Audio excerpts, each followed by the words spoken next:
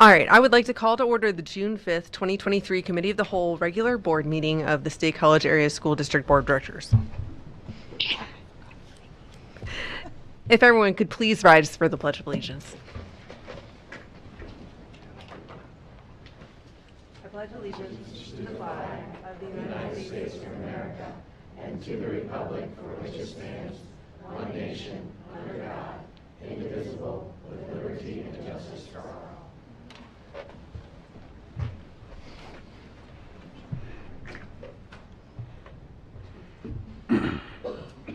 All right, I'd like to thank everyone for joining us this evening, for those of you who are here in person, as well as those of you that are viewing remotely.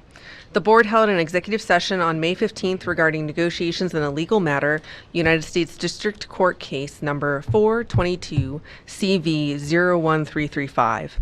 And prior to this meeting regarding safety, personnel, student discipline, and legal. PHRC case number 202-002675 and EEOC case number 17F2022-60224. Board members, with the agenda before you, are there any changes? I would now like to call on the board secretary for a roll call of board members. Dr. Bader. Excuse me, Jackie. I was not able to raise my hand.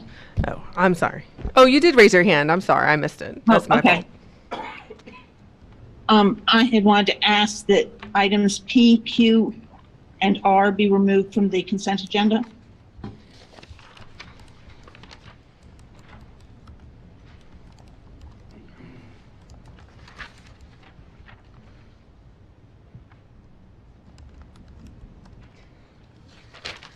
All right, so this will become action items A, B, C. All right, so those will be moved to action items A, B, C. Okay. You'll help me. Yep. Yep. All right, now I'd like to call on the board secretary for a roll call of board members. Dr. Bader. Here. Ms. Brandt. Here. Dr. Buck. Here. Dr. Crevecore. Here. Dr. Duffy. Here. Ms. Huff. Here. Mr. Leos. Here. Ms. Zidney. Here. All right, Mr. Johnson will now provide us with a superintendent update. Okay. Today was the last day of the school year.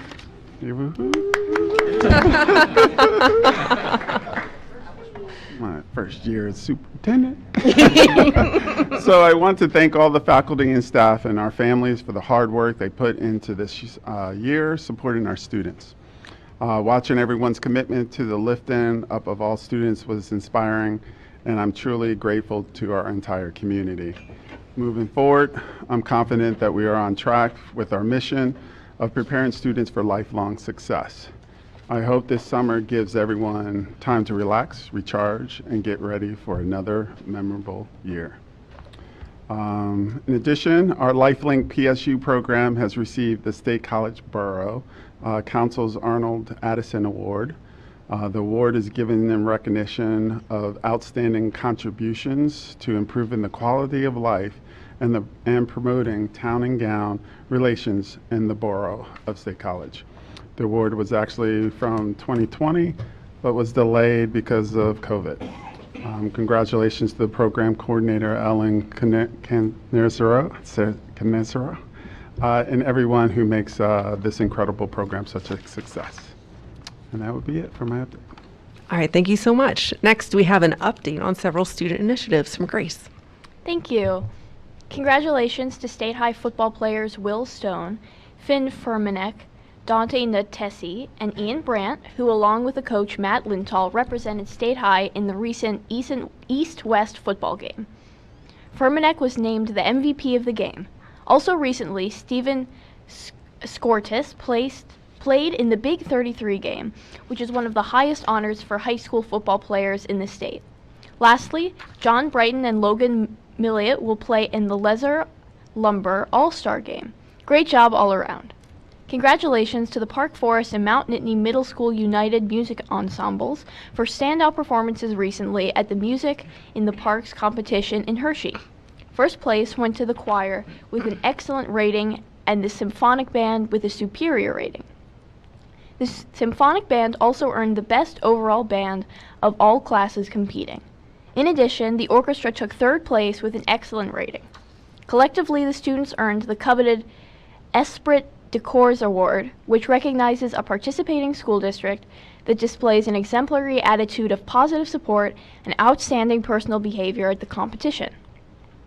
Prior to the meeting, the board gave a commendation to State High sophomore Jesse Myers for winning the gold medal in the 200 meter at the PIAA Track and Field State Championship on May 27th in Shippensburg, PA. His time of 21.23 seconds broke his own school record that he set earlier in the year. Additionally, he placed second in the 400 meters and fourth in the 100 meters. His performances helped lead the boys' team to a second-place finish. If you could please come up.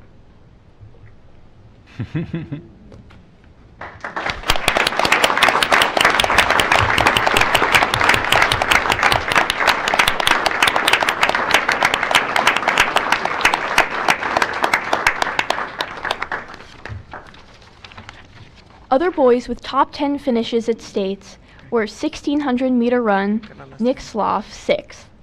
4x800 meter relay, Henry Adams, Owen Vieira, Sam Vigilone, thank you, Nick Sloff in 3rd. Discus throw, Nathan Haas, 7th. The girls' team finished 44th place, highlighted by the 4x800 meter relay team of Marley Kwansnicka, Chloe Poindexter, Amy Devon, and Grace Morningstar. Bravo to the SCAHS Thespians. Their spring musical Hello Dolly garnered the Best Production Award at the 18th Annual Isaac Awards ceremony on May 28th at the Mishler Theater in Altoona. The ensemble from the show took the Best Ensemble Runner-Up Award.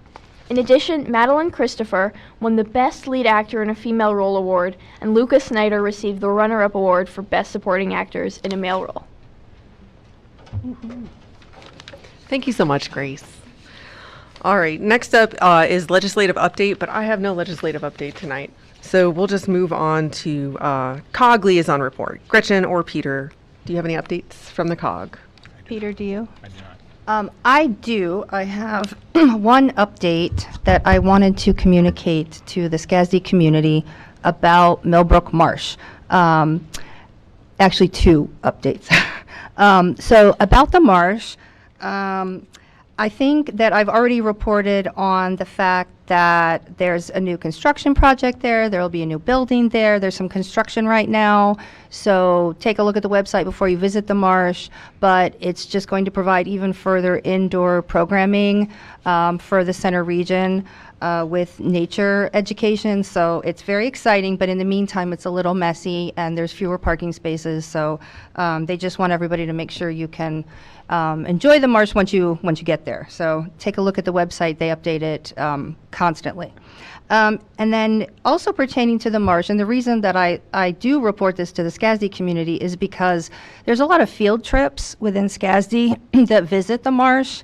And in the latest update from Melissa Kaufman, who is the director there, she almost got a tear coming down her face when she was describing to the Parks Authority that the kids who visited the marsh this year on their field trip, it was the very first field trip they'd ever been on because of the pandemic and the interruptions with field trips during that time period. And so it's not only a sort of jewel of our community, right kind of near the middle of town, and really helps spread nature education throughout the center region to kids who may not otherwise go to places further away because Millbrook Marsh is so close to the downtown region and where residents live, but also to the SCASD community because of this field trip aspect and how she just described how excited they were, how like there were no behavioral problems because they were all just so interested in what they were doing. And so it really is a jewel of our community. So that's why I regularly update about Millbrook Marsh. There's a lot going on right now. There's the construction. In addition to the construction of the new facility, the building, There's also a grant happening right now that the CRPR just wrote a letter of commitment for the Department of Environmental Protection Growing Greener grant. And I'm not sure that everybody in the community is aware, but the marsh has, and the boardwalks have moved quite a bit and are falling apart. And some parts are no longer considered safe and have been shut down. So they're trying to keep it open as much as possible for the community, but it's having some real trouble right now.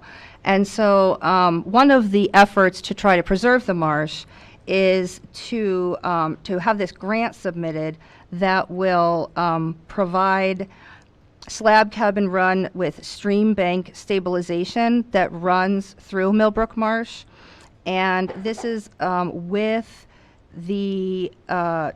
Trout Unlimited Spring Creek chapter, and has to be approved by Pennsylvania State University and Clearwater Conservancy. But this is one of the efforts that is going on right now to preserve the marsh. In addition to that, there was recently a key stakeholder survey that went out to different municipal elected officials, the Parks Authority members, other people who are really quite familiar with the marsh. And there is a lot of support to try to preserve the marsh rather than just let it go, because that was also in the survey. There were people who did choose that, but not many at all. So there's definitely support for preserving the marsh. And then one other point is that there's a potential UAJA sewer main upgrade that would go right through Millbrook Marsh. This is in the very preliminary stages of discussion right now, but that will probably pop up in local government agendas, that where should this go? Should this go right through the marsh? Sort of the consensus among the discussion so far, which has pretty much been with the UAJA and the director, CRPR, and a little bit from the Parks Authority, is that ideally it would not run right through the marsh, where the marsh would be disrupted in terms of sustainability and preservation, any work that's already been done on the boardwalks. So anyway, I debated whether I would share that all, but I asked a few people and they said, no, the community really wants to know about what's going on with Millbrook Marsh, and especially the school district. So I wanted to report on that. Secondly, just really quickly, there were interviews conducted for the new CRPR director at the COG, and that position will be announced. Very exciting. We're getting a new director probably within the next 2 weeks. So that's it. Thanks, Jackie. Thank you so much. Is there anything to add, Dr. Buck? Pools are open. Oh.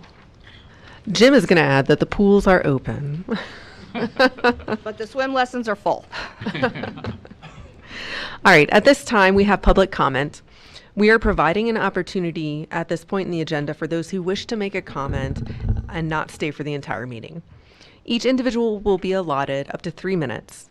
For action items, public comment will be held just prior to voting on that item as required by the Sunshine Act. If additional time is necessary, the board may consider reopening public comment after board business is completed or during the next meeting. As a reminder, public comment is a chance for community members to share their thoughts with the board. It is not a time for the board to answer questions or engage in conversation. You can always email the board at all-board@scasd.org. Is there anyone in person who'd like to make a public comment this evening? Go right ahead. If you wouldn't mind stating your name for the record, Sure, even if we know you. that's all right. Hi, I'm Laura Tobias, the high school principal. I'm here this evening with Mari Irwin Fermanak, who's one of our art teachers, and Alex Antoniono, who is one of our photographers of her work. So we're here tonight to share with you our 14 magnificent photographs on display. These images were stemmed from a conversation between Nabil Mark and I about 2 years ago on ways to make the high school walls more inviting and vibrant, and to share with our community what we're about. So that's kind of where this left. Last fall, we elicited the help of Mari and our student photographers, and we formed a group with 5 talented student photographers, and their work is up here for you this evening. Alex is one of them, Michael Powell, Megan Smarkuski, Leighton Smithwick, and Jacob Will. So you probably saw Jacob running around at graduation trying to film everything. So now he kind of is on, he knows what he wants to do. So this began the project. We dubbed the Wall of Fame. We embarked to create a set of images that would represent the diversity of the school and be permanently displayed on our walls. We met regularly to critique the work, discuss options of events to photograph, all the while focusing on the importance of finding a set of images that represent the entire student body, faculty, staff, and even the community at large. If you notice, homecoming, the parade seems to kind of capture that. In the end, after sorting through thousands of photographs, we are all incredibly proud of the collection you see here tonight. 14 20 by 30 metal framed photographs that will be mounted on the walls this summer as you enter the high school. I'd also like to add how proud we are of our students for their countless hours of photographing events and meeting with us a lot every month to get this project going. They've been wonderful to work with, extremely talented, and it's been wonderful for Nabil and Mari and I to kind of work personally with students. Our goal, of course, is to continue this project every year. Our photographers are excited to carry this on, and we will continue growing this 10 to 15 photos every year as they represent our high school and can be posted. So we thank you, and I don't know if any of you want to say anything in addition. Okay, all right. Thank you, that's all I have.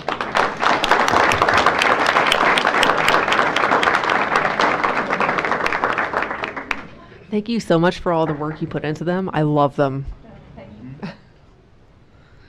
Is there anyone else here this evening who would like to make a public comment? Is there anyone online who would like to make a public comment this evening? If you would like to, in Zoom, all you have to do is raise your hand, which is in the lower portion of your screen there on Zoom.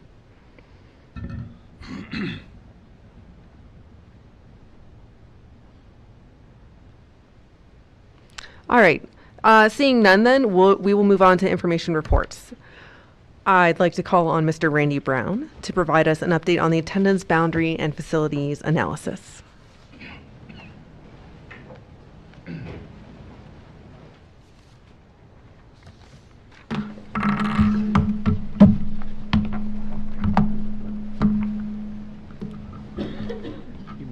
Yep.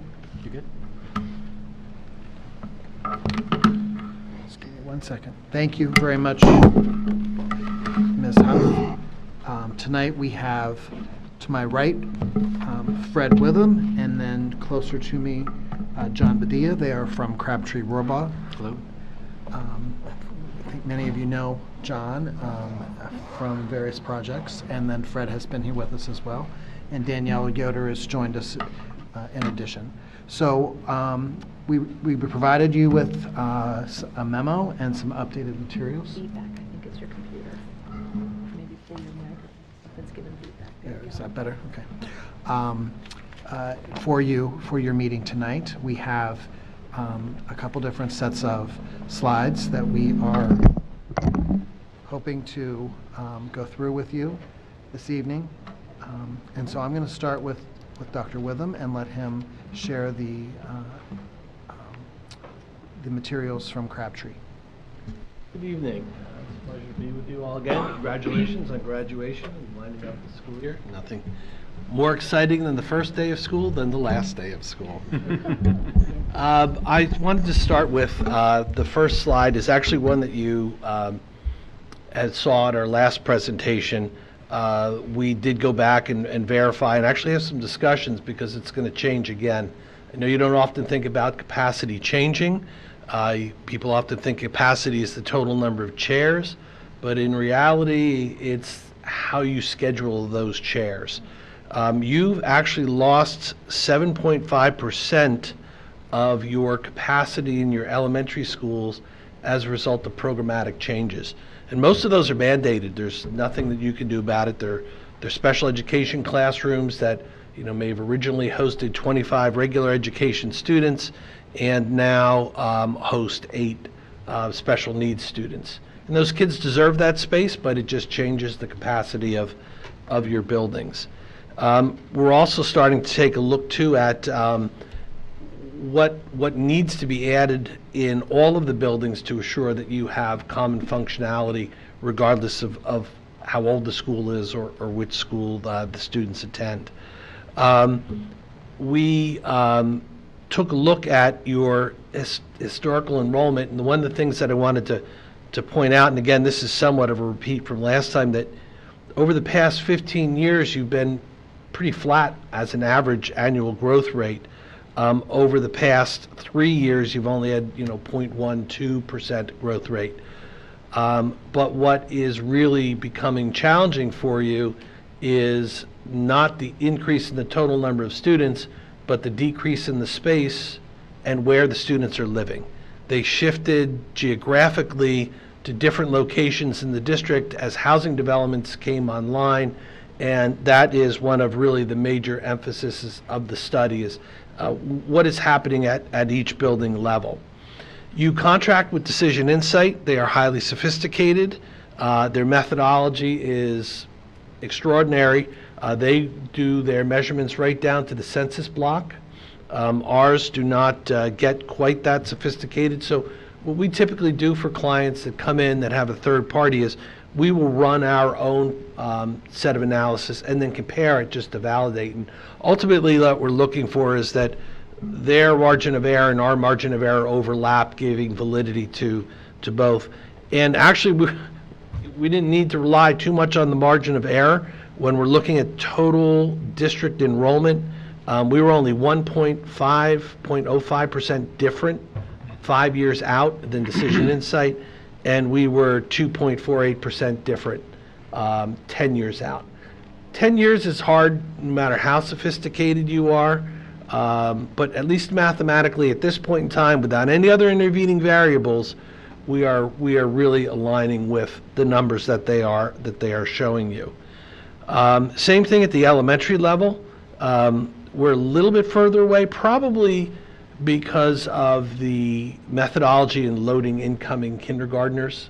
And that's always a little bit of a crapshoot. You've got to decide what methodology best represents what's happening in the district and use that forward.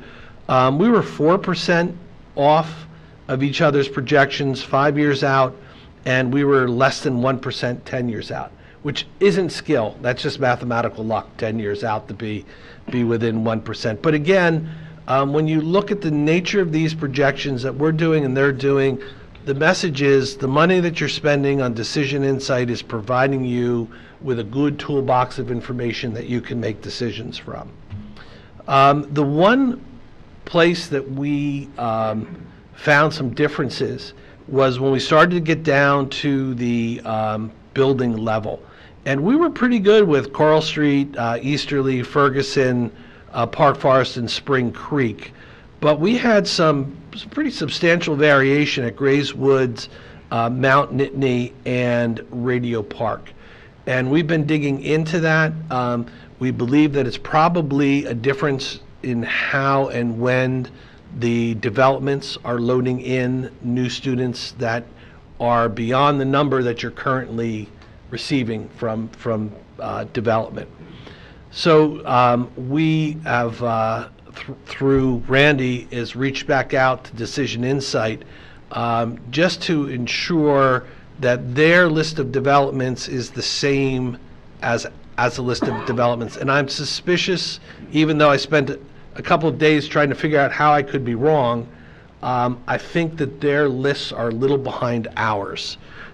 Because we had the opportunity within the past 6 months, 3 months, to talk to each township supervisor and identify not only developments that got onto the list, but developments that might have been tied up in litigation that we pulled off the list.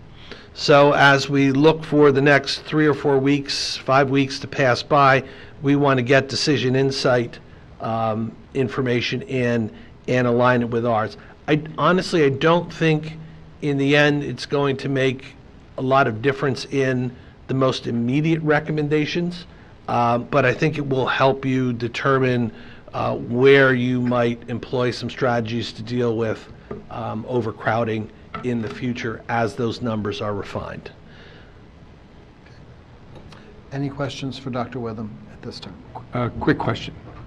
In relation to some of the discrepancies you're talking about, and thinking about it in terms of the facility itself, Grays Woods apparently has 101 more students based on the data we have now versus the information that Decision Insight provided. What? What that reads is, our enrollment projections are showing 101 students more Right. than they are showing. Okay. So that's And- four classrooms, Yeah. basically. Yes, Okay. yes. For Grays Woods and Mount Nittany, with some of the changes that have been going on in those attendance areas, I could almost understand them. The one that really surprised me was Radio Park.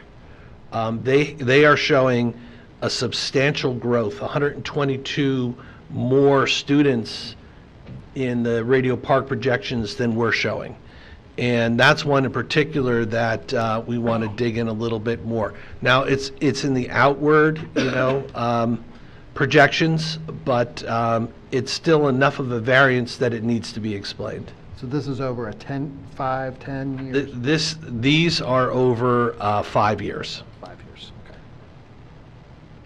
Yes, sir. Yeah, so I think you just said that that discrepancy could be because you removed housing developments from consideration that had not been completed. So would that be like the Turnberry and like Pine Hall, which would feed into Radio Park? I would have to go look, and I was just speaking in general, as well as we have some that were on the original list that removed.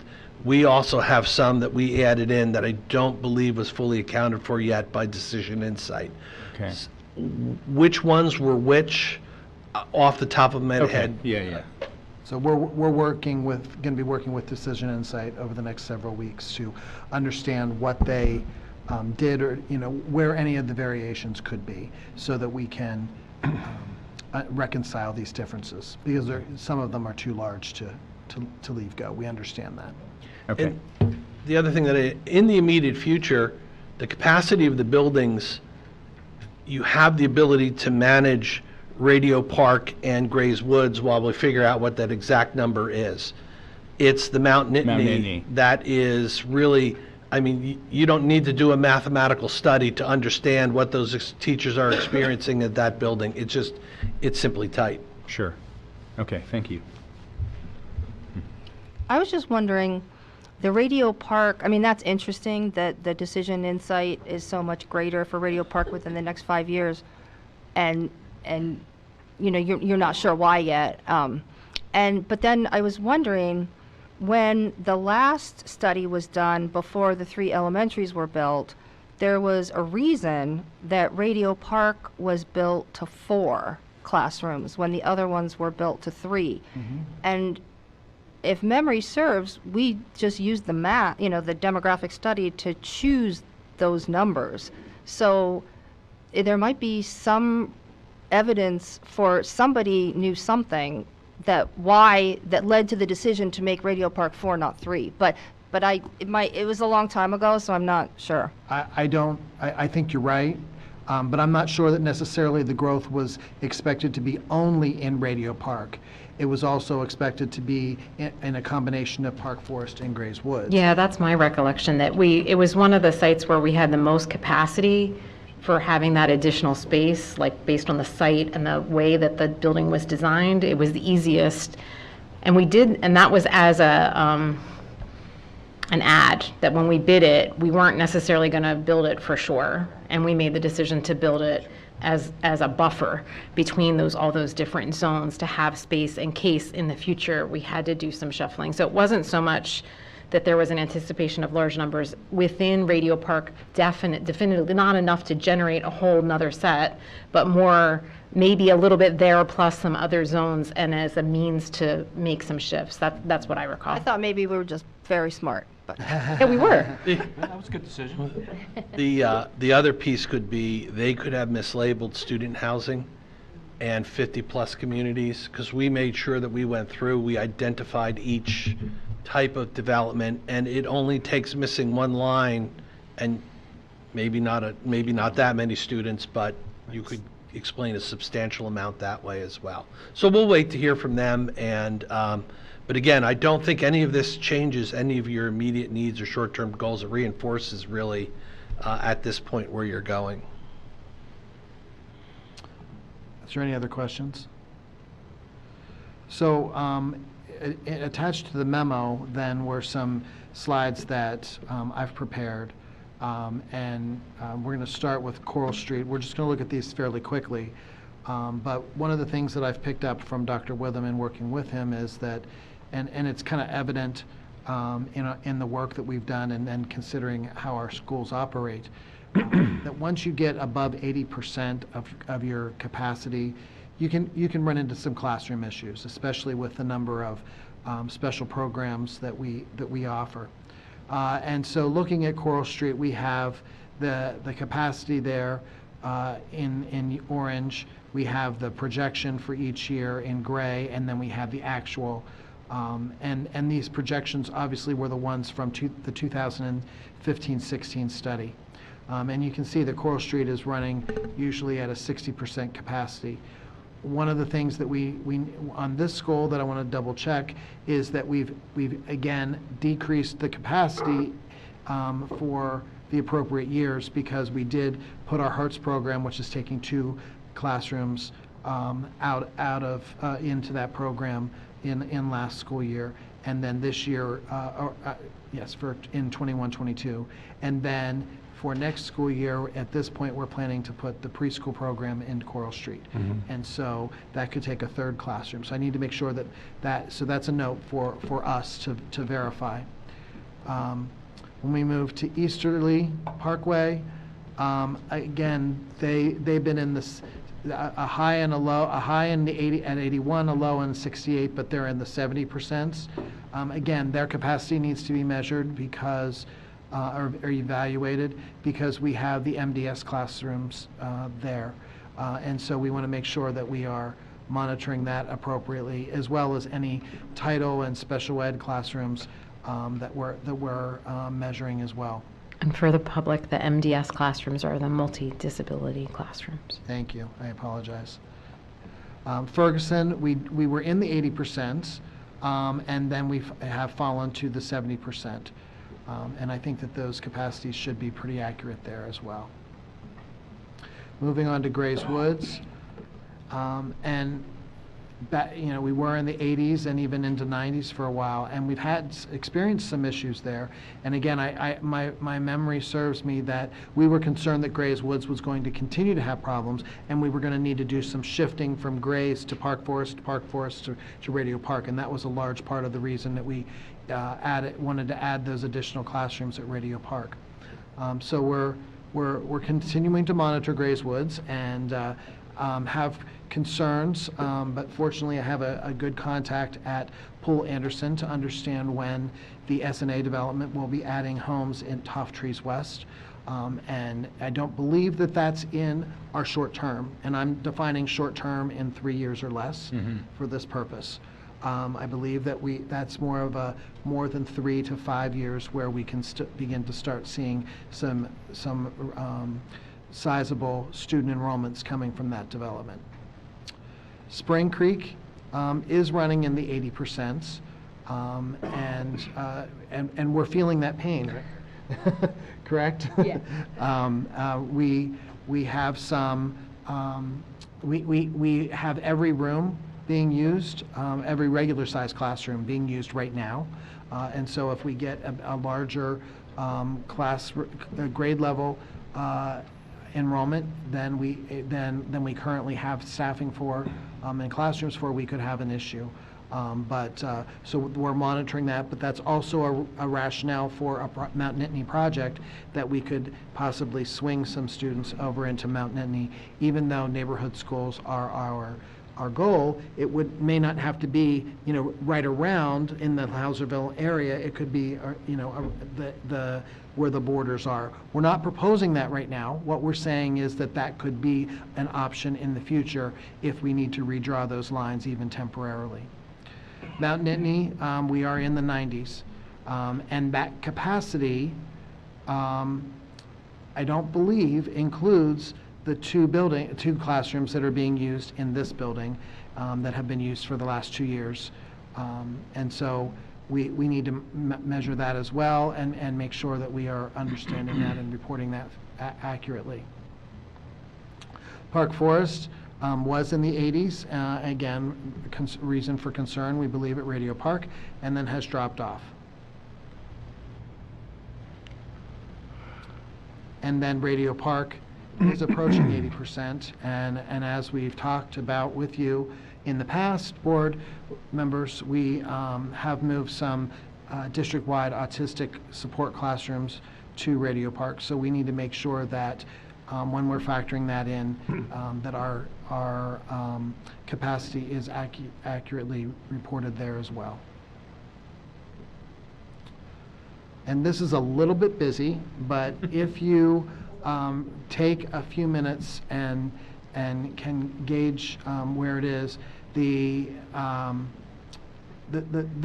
important lines are those that are above 80%. And we talked about how in the earlier years, Grays Woods was above 80%, and they have fallen off. And then, most importantly, Mount Nittany is rising. And in the latter years, and that's where we're talking about a program. So, sorry, I have. Let me try doing view full screen here. Okay, so just moving on a little bit.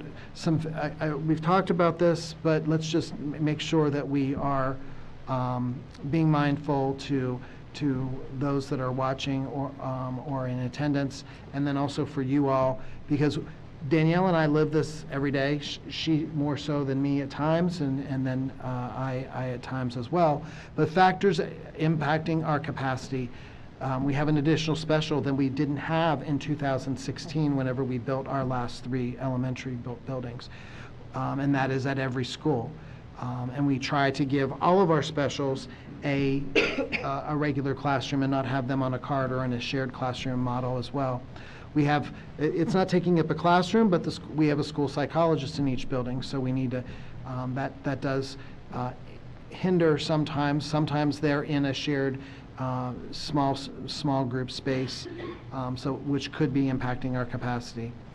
Student makeup and enrollment, special education, gifted, ESL, just the growing or changing numbers there of those students in those programs. And then, as we've talked about briefly, district-wide programs such as Hearts, which was in the Fairmont building, and as I said earlier, moved to Coral Street for the school year that we just ended. Special education, we've moved some autistic classrooms around, the multiple disability at Easterly, and then the Fairmont building closure is kind of related to some of those items as well. Our expected recommendation, and again I say expected because we still need to fine tune and understand some additional things and make some refinements. But at this point, if our recommendation looks like it would be 6 regular education classrooms for Mount Nittany L, that would mean that there would be 1 for each grade level. We would establish a multiple small group instruction rooms in addition. We are looking at this point, we're considering relocating the multiple disability classroom from Easterly Parkway. And then we would also establish a sensory classroom for MDS and autistic support. The rationale for that is that Easterly is running out of space as well. And with that program there, it really can constrain their regular ed classrooms. In addition, we would like to see those students be served in a space that is more suited to their needs. combining them in the same location as at an autistic support center, then we could develop a more appropriate sensory classroom for both groups of those students in that same building. Once we go, that Mount Nittany L, if we would add an additional set of regular education classrooms, they would be 4 classrooms deep, like Radio Park. And so we would like to see them have a separate gymnasium and a cafeteria. With schools that large in enrollment, scheduling phys ed and lunch can be a huge challenge, as well as many other active programs. Even Spring Creek, who has 3 deep, the board took an action to do that as well, the separate gym and cafeteria. And then we would like to try to find and establish an instrumental music classroom as well. And we've done that in all of our last 3 renovations. So taking on some of the policy nature that the board has, as well as some of the practices that we've been implementing in our latest building renovation and addition projects, is the rationale for some of these recommendations.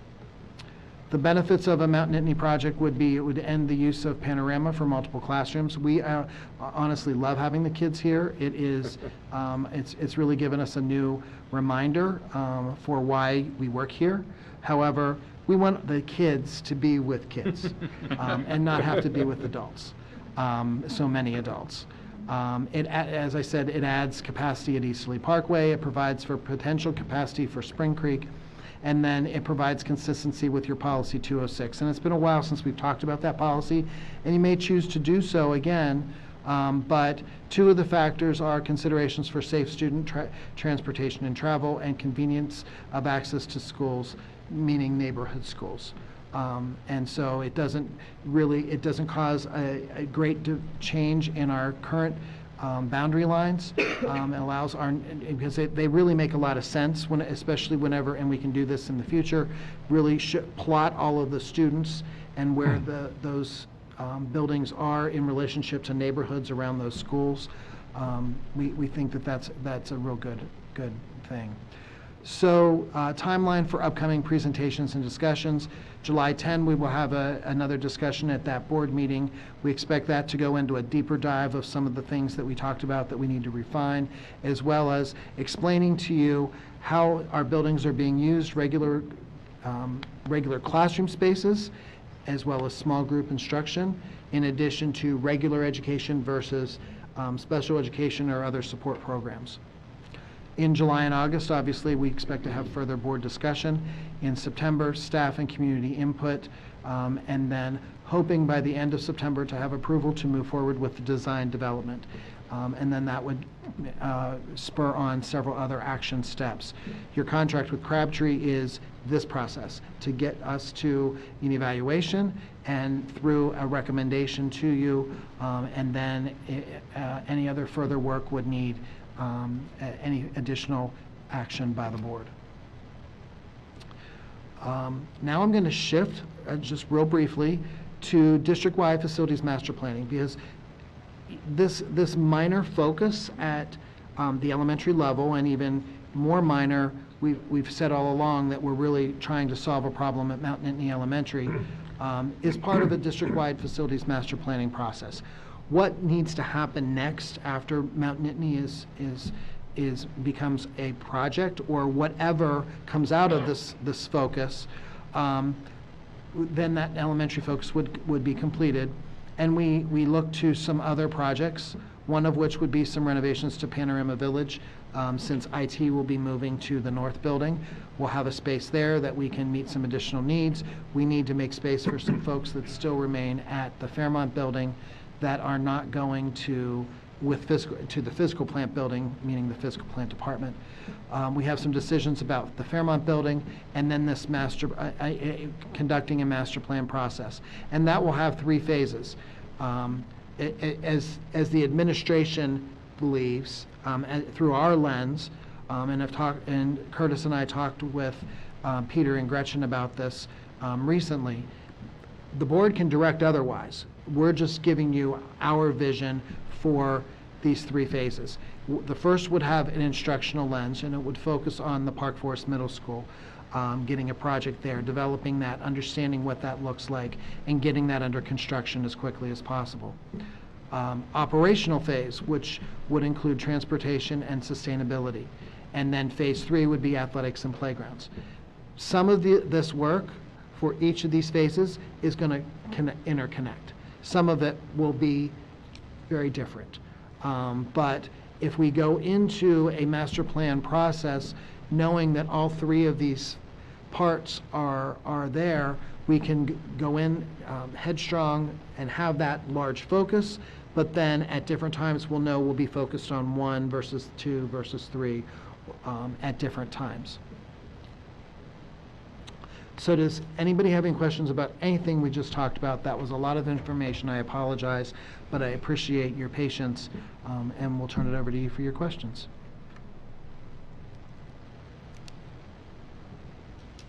Yeah, I just want to say, I think Gretchen and I share this, just want to say thank you very much for the thoroughness of the presentation, the thoroughness of preparedness, and the explanation of how what you've done here will fold into the facilities master plan, because that's obviously been something that you and I know about. Gretchen and I have been like, we really need to get on that, and you've been really responsive, and I just want the public to be aware. Thank you. Thank you, Randy. Thank you, John. Good to see the gang from Krebschi Rohrabach. We can't get rid of you for some reason. It's good to see you back. But seriously speaking, one of the things that about this experience for me, as having been around during some of the earlier iterations of this process, has been, despite one's best intention and the best data you got, things change. And among the pieces that have been in flux have been the addition of STEM as an additional special, which that by itself adds a substantial requirement for space. And the space needed for school psychologists, which is not just an office space, but it's a space they would need for working with students, either individually or in groups. So there are these expansive pressures in place that we need to take into account in terms of looking at the future and trying, among other ways, trying to address that through the district-wide facilities master plan as a means to really look at all those different moving parts and try to make them all fit together in a meaningful way in terms of future planning. Thank you. Thank you. Anybody else?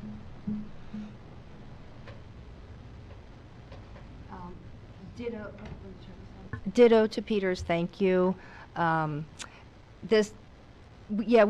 been bugging Randy about this for a while, and this is such a good framework that you've presented tonight, and we really appreciate it. It makes sense. It seems thorough. Obviously, there'll be a lot of meetings and input and stakeholder input. There's a lot to this. So just to clarify to the community, this is just the initial conversation to get this started, but it's clearly a really good one and a thorough one. So thank you. I know it was a lot of work, and you've been extremely busy lately. So just thank you. And then also kind of going to Dan's point that, and I think you mentioned it too, Randy, but that it's interesting that what the current needs are really require more space than what the current needs were even in the last time that these types of conversations were happening with the development of the plans for the 3 elementary schools. And it's nice that we are looking at this in a master plan, addressing it, and specifically, as you've clearly laid out in the presentation, where the space needs are, and that is for things like, speech or Title I, or, all sorts of, there's so many different areas, both physically and cognitively, that we need this.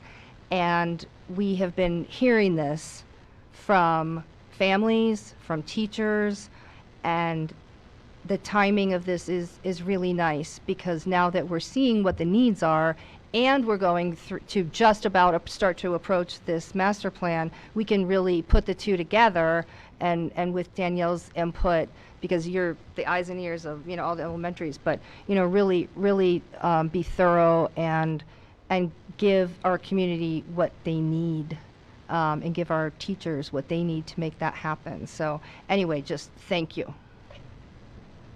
Yeah, I'll just finish out by saying I was really impressed with how when we were having listening sessions with the public for the superintendent search, how often people would tell us one of the strengths of SCASD is its facilities.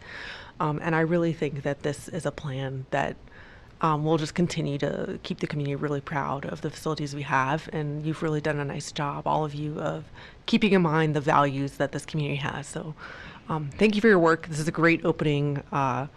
And I can't wait to get going on this. So I just have three things that I forgot about that I wanted to make sure that I mentioned. Go for it. Number one is that in the phase one of the district-wide facilities master planners, as we're defining phase one, specifically Park Forest Middle School, there's going to be an instructional focus. It's not just facility related. So I just wanted to remind people of that. So that will really be focused on middle level heavily, because we have a new high school and we're trying to take care of the elementary, but just wanted to make sure that we threw that out there. The second is that the work that Donna Watson and I have done for her entire 11 years, and yes, I'm putting that plug in there, has been to make sure that we have accumulated, when possible, capital reserve funds to work to make available for these types of projects. And so one of the things that you'll see from us also in the near future is, again, an update on where we are with capital funding, and where we see that and how important of a part that can play in these decisions in order to not raise taxes or to minimize the tax increase as well. And then, Danielle, I apologize. I made it seem like it was the Randy show tonight. I did not mean to do that. We've been working on this very closely together, but Danielle, is there anything that you wanted to share that we missed? No. I mean, we've been looking at the schools. Randy and I have been out to schools looking at a lot of shared spaces. Teachers are doing the best they can in the situations that they have at the buildings that were mentioned. So. Laurel does have a comment. Laurel. Hi, thanks. The one thing I wanted to check on was the way the memo's written. It looks like we're going straight into design development, and I thought the initial contract with Crabtree is for the analysis and that part, not for the design development. So I just want to double check on that, which doesn't mean we can't then go ahead with that, but that's a separate contract, I thought. Absolutely, and I thought that I said that a few minutes ago. Okay, I must have misheard it, sorry. Yep. Okay, thank you very much. Thanks, gentlemen. Thank you.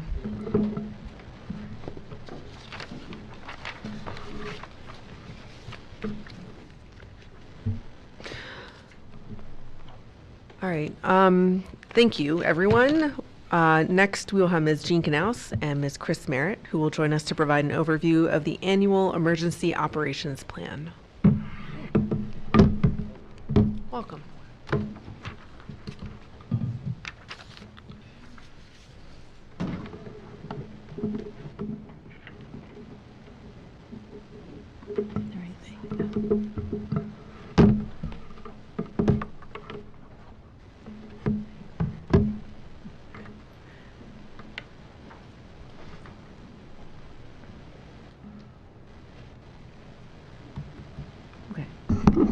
Can you hear me? Good? Okay, so what I'm going to present is the basic plan, the EOP that we have created for State College School District. I'll go over the overview with that. We'll include a brief discussion of both plans. There are two plans. One is a basic internal or external plan, which is going to be viewed to the public, and one is an internal plan, which has 3 separate sections, and then we'll have a quick wrap-up of questions. So the overview of both the SCASD basic plan and in the internal emergency operation plan comes from Rain Public Planning, and Garrett Rain did a presentation with IU8 and IU10 with all the safety and security coordinators to develop this plan. We moved away from the all hazards plan and moved more into the emergency operation plan to really create a document that is identified by who does what, when, where, and why. So when we look at the basic plan overall, that's our philosophy that we agreed to. It's a public document that is board approved each year. It's overview of information for the district. It addresses our hazards analysis summary, which is a summary that we went through as a committee of about 30 to 40 individuals, internal and external, emergency operations planning people outside of the district, including police and fire. And with this all hazard summary, we reviewed all types of hazards and identified the top 7 that are in the district, and those are actually listed in that plan. And then we have the concept of operations, the incident command system, the roles and responsibilities, and the direction, control, and coordination of what happens in those sections. So for the functional annexes in section 1 of the internal plan, that is an internal document that's confidential. It's tied to our protective actions. So it's tied to our lockdown, evacuation, and stay put. When we reviewed our protective actions that were in the all hazards plan that was in the Garrett Rain presentation, we identified that we needed to do some revisions here, and we didn't want to make it cumbersome and having up to 10 different types of protective actions, and we minimized it down to 3 so that we clearly have a lockdown, which is known to the rest of the world as a dangerous intruder or something happening inside the building, and that's how we are leaving this. And then we have stay put and evacuation. This plan identifies the roles and responsibilities of individuals, including teachers, paraprofessionals, custodial staff, administrators. Everyone has a role. They know what they're doing before, during, and after an incident. The next is a functional annexes checklist. This is section 2 of the emergency operation internal plan. And this plan takes those protective actions and our all hazards plans, and it combines them. And it tells you what you're going to do in a lockdown that is created for a dangerous intruder. And then it would go in and tell you exactly who does what, when, where, why, and how in those assignments. So they're checklists that administrators or anyone can print off to have to really monitor that process as we go through it. And then the final section is the parent-student reunification annex. This is how we provide a safe and orderly way to reunite families together, students with their parents. And this annex is one that we need to have ready and developed, and so we'll be working primarily on this over the summer, in the next couple weeks actually. And this will really identify our bus to site, walk to site, and the building site for every building. And then if you have any questions, I'm would be ready to answer those for you.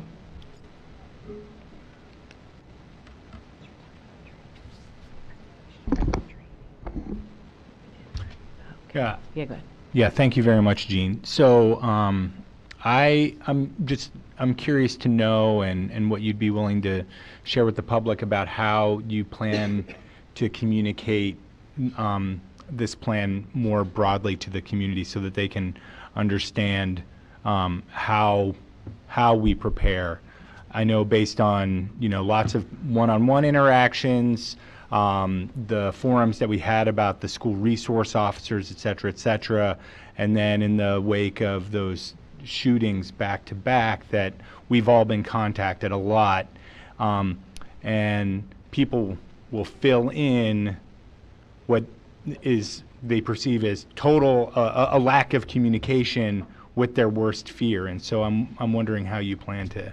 For sure. And I'm actually going to back up further and talk about how we're going to actually train the district too. Great. So in the next 2 days, on the 8th and the 12th of this week and next week, we'll be doing an administrative retreat where we'll be looking at all this entire process from start to finish.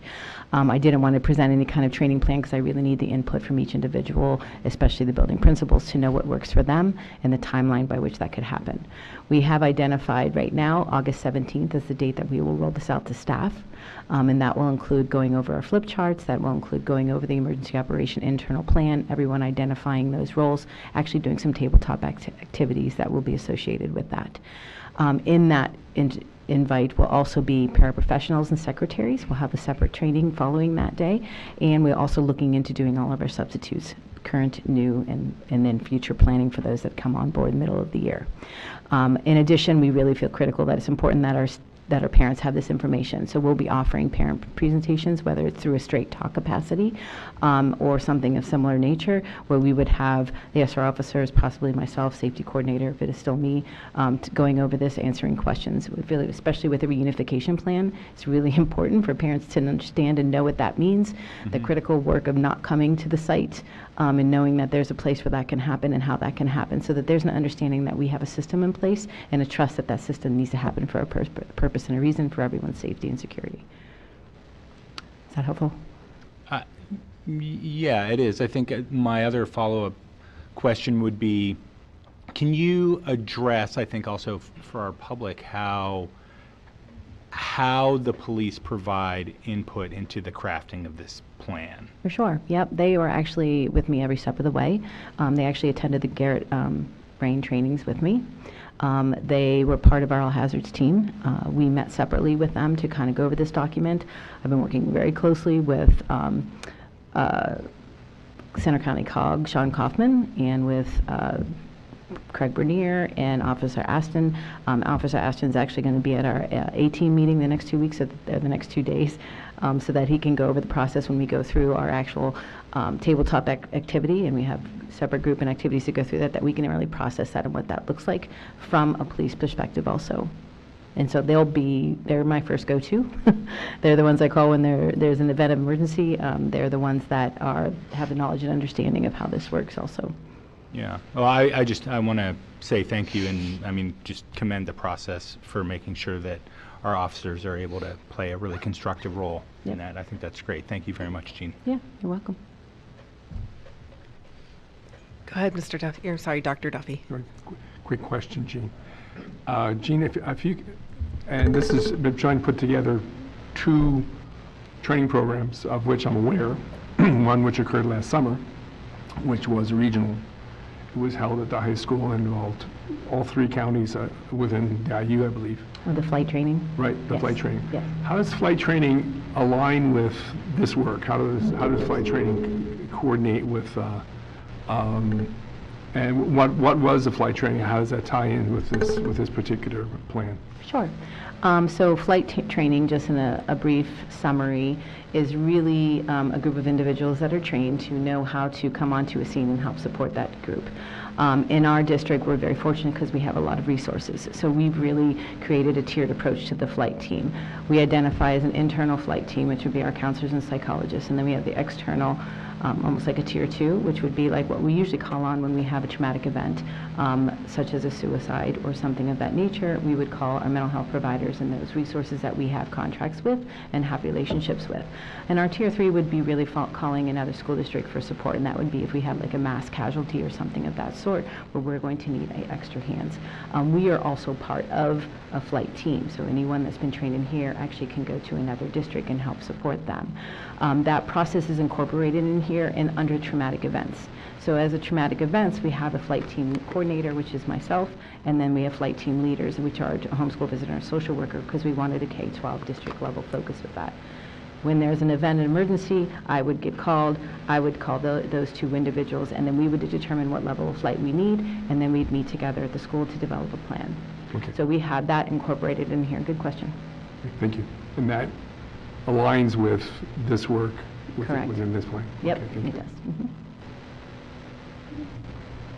I just basically I was really impressed with the presentation. I just want to say thank you for everything you do to keep our kids safe. And I think it makes the parents, teachers, everyone in the community feel safer too. So thank you for that. Thank you. Any further comments or questions? Thank you so much. Welcome. Thank you.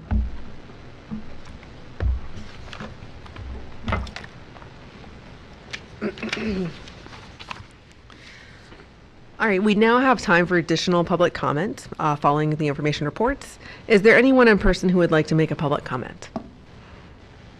Please. You'll come to the podium, state your name for the record, and you'll have 3 minutes. Hello, everyone. Nathan Bish, Ferguson Township. To the State College School District community, school administration, school board members, I come to you this evening as a concerned parent and community member. On April 10th, there was an incident that occurred at the high school which was captured on SCASD closed-circuit building security cameras. The media was made aware of the incident and reached out to the district for release of a statement and security camera footage. Under 2 different requests, the district denied releasing the security footage to the Center Daily Times and statecollege.com and instead opted to release a general statement. However, the incident and video footage ended up being published through the Center Daily Times. If the district denied releasing the security footage to both media outlets, how was it published? Through an investigation, it was found out that a board member, Peter Buck, released the footage to the Center Daily Times without authorization. The video footage is not the topic of this conversation, but what happened with the information is. School board positions are those of trust, ethics, morals, and a position that is often given privy and sensitive information. Through this act, that trust has been broken. This is incredibly disappointing and makes me and others wonder what other information has been released to unauthorized people. What was the motivation to release this security footage without district permission? Thank you.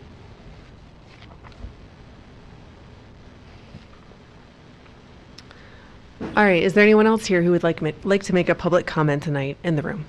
Please.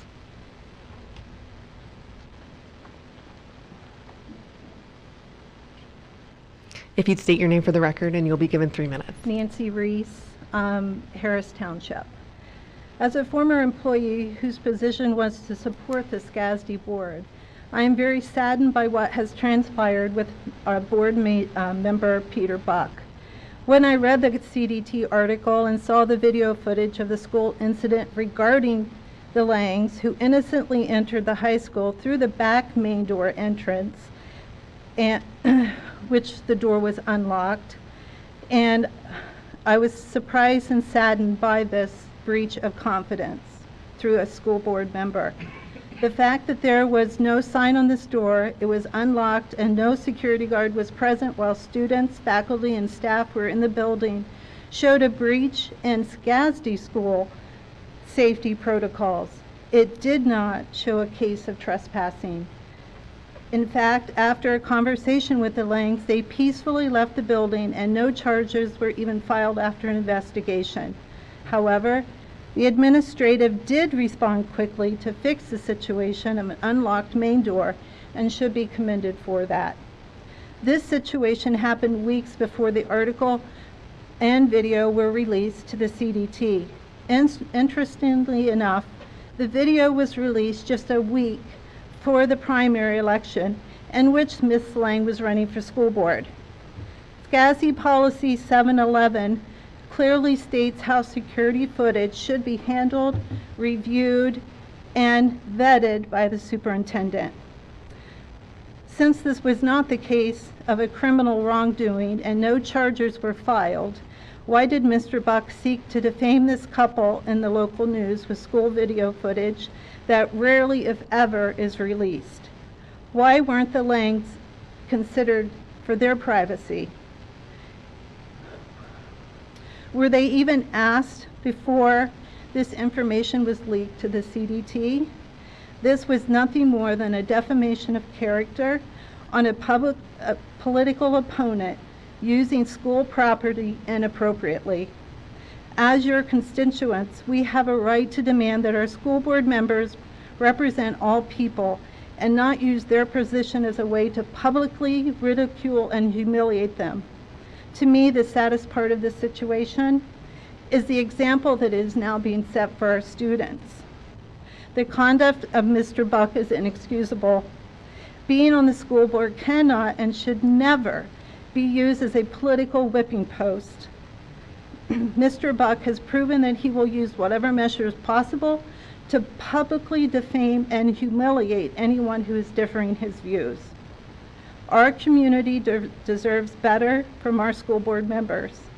Mr. Buck, I respectfully ask that you do the honorable thing and step down. Ms. Reese, that's 3 minutes. Thank you. Thank you. Would anyone else present here tonight like to make a comment?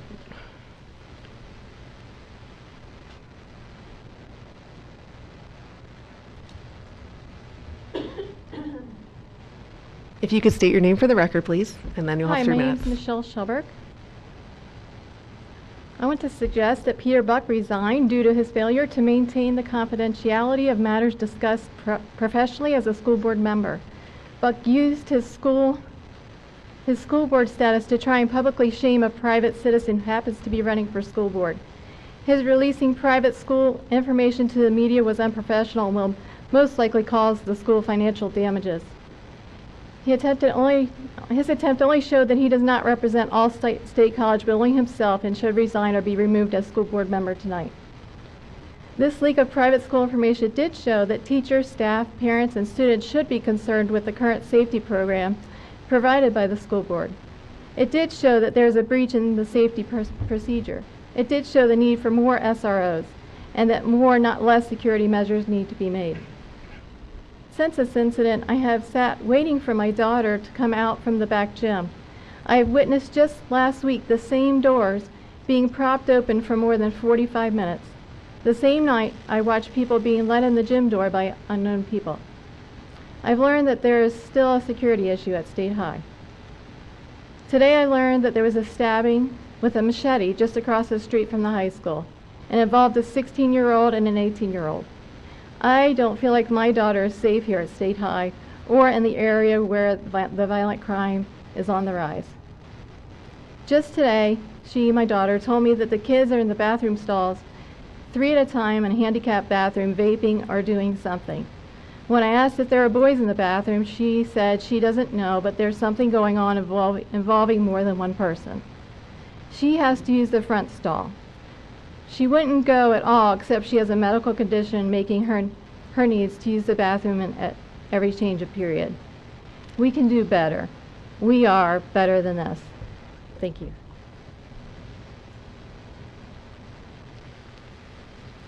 Is there anyone else here that would like to make a public comment?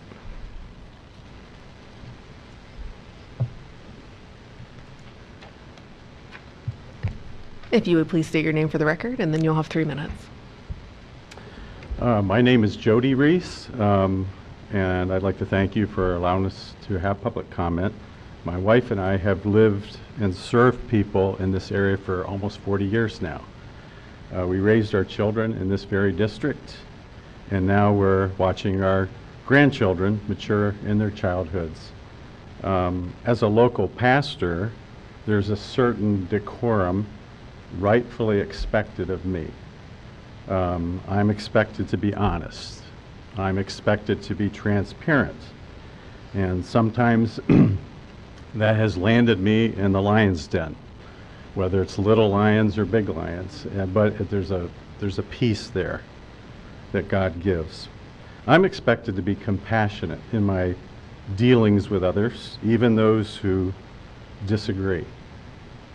I believe Matthew chapter 20 teaches some good guidelines for excellent leadership. A snippet is, "Whosoever will be great among you, let him be your minister, and whosoever will be chief among you, let him be your servant." We all make mistakes. And our children, as they mature, oftentimes they see when we make those mistakes. As leaders, we're to be examples to them. And when we fail, we should admit it, we should rectify, we should make amends for those mistakes that we've made. So to echo the same sentiments that you've just heard, Mr. Buck, in leaking this video, it's a grave error. And it's one that our kids should not be proud of, you should not be proud of, and it can be rectified. And I think it needs to be rectified. There are many people in the community and our church who believe just as me. And so we believe in diversity here. I know the board is very lopsided. Ideologically, there's not much diversity. But you still need to listen. You need to listen to what we're saying and say that many people's trust have been broken and something needs to be done about it. I recommend the board remove Mr. Buck. That something needs to be done. Thank you.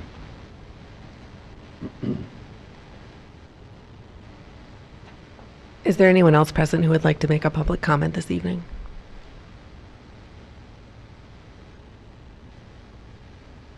Is there anyone online who'd like to make a public comment this evening? Just as a reminder, you can go ahead and raise your hand by clicking the raise hand button on the bottom of your screen.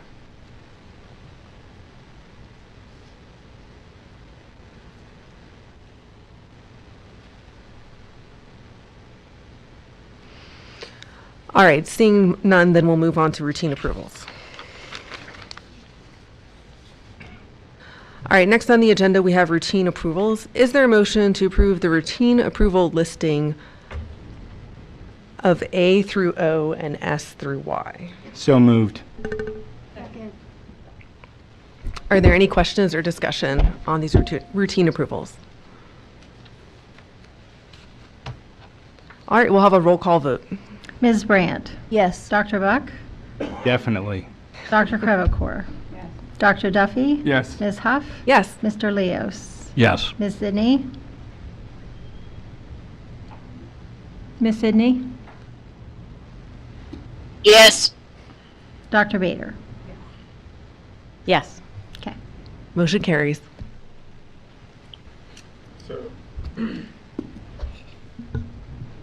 I'm pleased to congratulate Meredith Henderson, our next Easterly Parkway Elementary School principal. For those who don't know her, she's moving from being the Mount Nittany Middle School assistant principal and will begin her new role in July 1st. Meredith, we know the Easterly Parkway community is in good hands, and we wish you the best getting started this summer. So she had to go home and take care of her sick children, but we appreciate her for being that way. Yeah.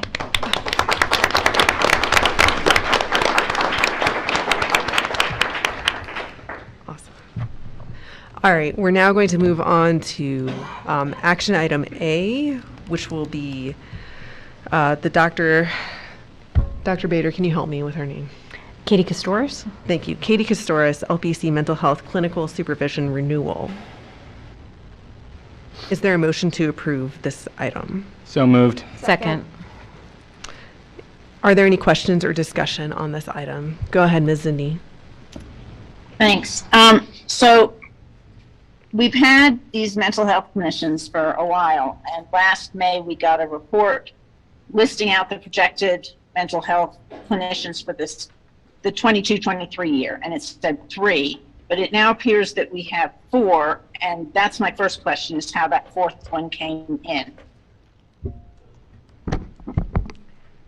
Okay, just for clarity, we have 4 mental health clinicians. That one includes Rebecca Gaffron that was hired in October. Each mental health clinician has 2 years to complete, that usually takes 2 years to complete their licensure, and that was explained in each of the memos that we wrote, and we have 2 clinicians that still need 1 more year. Okay, we had said 3 and now there's 4, and I mean, it was in the HR report, but I don't remember a conversation about adding that piece. The 4th one is a trauma-informed coach at Easterly Parkway who is a mental health clinician, so she's seeing students in a therapeutic process. She does not have licensure, and Carrie Redinger is providing that service to her.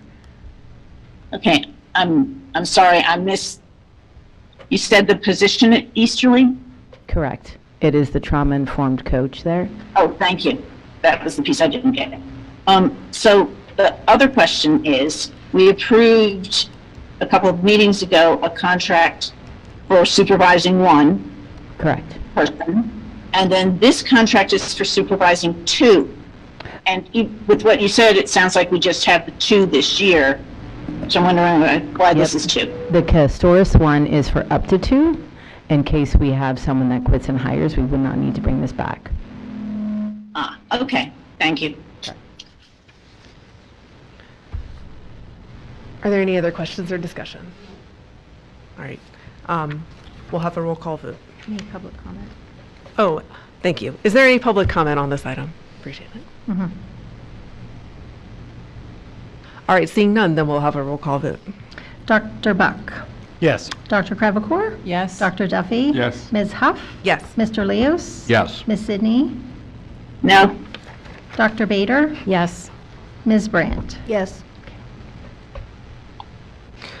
All right, next up will be action item B, which is the 2023-2024 Dr. Janice Bird mental health provider contract renewal as seen in attachment B, previously 7Q. So moved. Second. Sorry. Is there any questions or discussion for this item? Go ahead, Ms. Zidney. Thanks.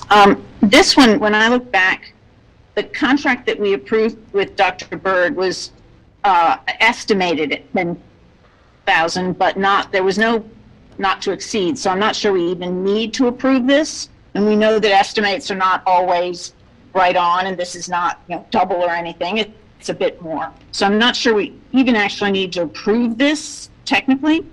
I do appreciate it being brought to us even so, and it's certainly a reminder to keep the to watch out for those not to exceed clauses in future ones, which I think is already being done. So my concern with both this and the last contract, and I said this or tried to say it last time we approved, I think, a Mindful Village, is that we have in the last couple of years done a piecemeal effort to try to provide students with needed supports, which I appreciate, but we've not gone back, as this amount is now approaching $500,000, it's actually over that, to say, is this the best way to be using these funds? And I think that's an important conversation for us to be having. I don't know how we're going to have it if we keep approving contracts without having it, and without having an update on how much was spent and how many students were served, and some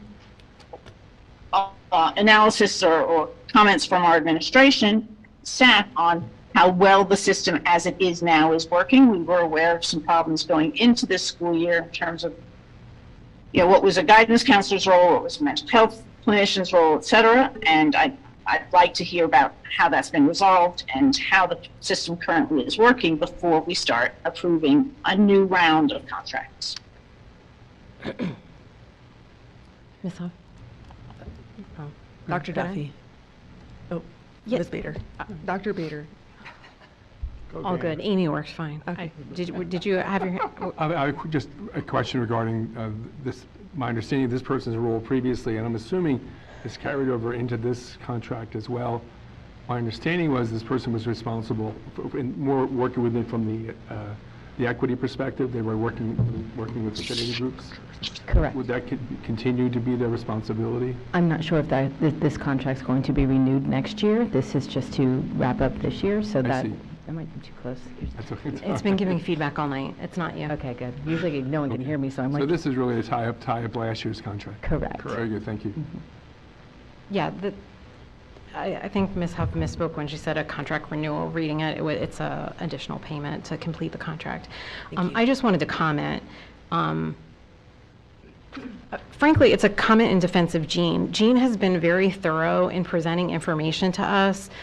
We've had multiple presentations about the different mental health clinicians in one fell swoop. So while the contracts have come one at a time or a couple at a time as needed, we have had presentations through previously CCL and now through info discussion as of all the efforts. It was also part of the ESSER money funds that we were spending, because initially a lot of this was covered by those, so it was covered in a comprehensive way then as well. And I think it's really inappropriate to state that the administration has not provided a comprehensive look at what these efforts are.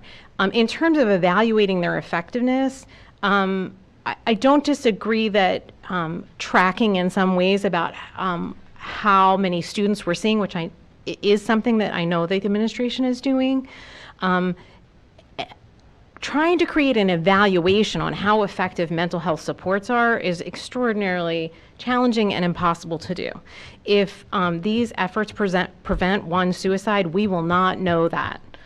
But if they do, they are well worth the funds invested. And we are not the only institution, we are not the only school facing a critical mental health crisis. As Mr. Buck sent us an article as well, covered in the New York Times recently, multiple studies coming out about massive increases in mental health problems for young girls in particular. These are not new problems for the whole nation. They are not problems that we are going to escape within our own school. And we know, living in this particular area of the state, we have limitations on mental health provider capacity and availability. And if we think that we're going to not provide these services in schools and not see the negative effects of that, then we're fooling ourselves. These are critical supports that we need to provide our students.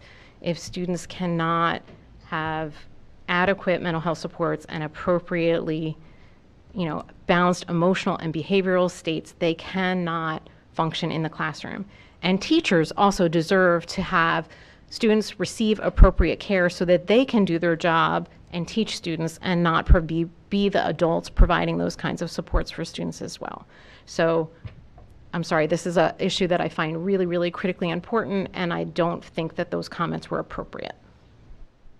Second. Ms. Zidney. Yeah, we got an update last May that did in fact review these. And when I said piecemeal, I meant that we have a variety of different types of supports. And what I'm wondering about is whether if we instead did things like hire more guidance counselors, which we heard from students, the high school students, when we met with them, we heard that they can't get access to their guidance counselors. And a guidance counselor sees the totality of the student and still is trained to refer that student to more mental health services if that is needed. So to me, to just keep spending this and not consider whether there are better ways, I know it's hard to evaluate mental health and how it's performed, but if we'll also not know if we instead got more guidance counselors, if that would prevent a crisis. So these are hard things. And I think to say that it's inappropriate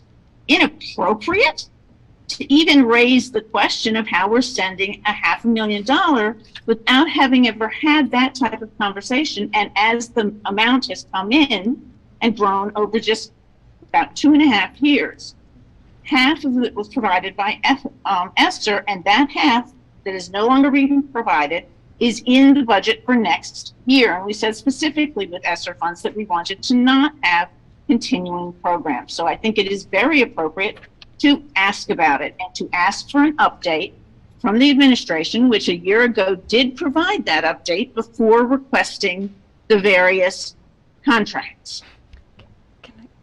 Jean, can I ask one question? What is your background? Special education. Okay, and don't you also work with the as your head of student services, who do you oversee? Counselors, nurses, mental health clinicians. Who do you work with to make decisions about what's best to provide for students? Nurses, mental health clinicians, administrators. Any other questions or comments? I have a quick, I'll reflect. I typically don't enter these kinds of arguments. However, I can appreciate both sides of the question. I think that Laurel's experience, comments echo the experiences I was having as a board member a year and a half ago, when every meeting just about we were introduced to a new request for a contract for a new piece to the puzzle. At that time, and that might be before we have the board members, all the board members we have presently on the board, it was presented in a way that it just didn't fit together. It was, we were dealing with this on a contract by contract basis in a crisis situation related to the pandemic. Certainly understood all that. We understood the mental health needs of kids, but it would have been helpful at the time. And hindsight's a perfect science. I can say this was a need that we had, but I can appreciate Laurel's question.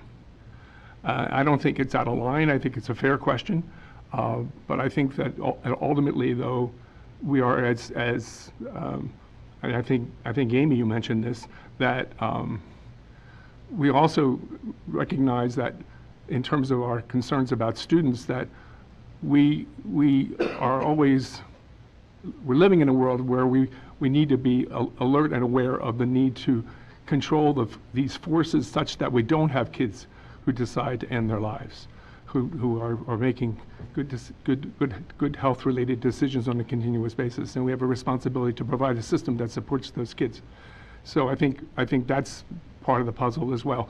But I think reflecting on Laurel's question, I think she's relating an experience that some of us were having at the time in terms of understanding how these different puzzle pieces fit together. And I think it's just, but I think at the same time, we can't deny the need for mental health support for the kids that we have in front of us, and for those that we're all in this together, basically, especially the classroom teachers.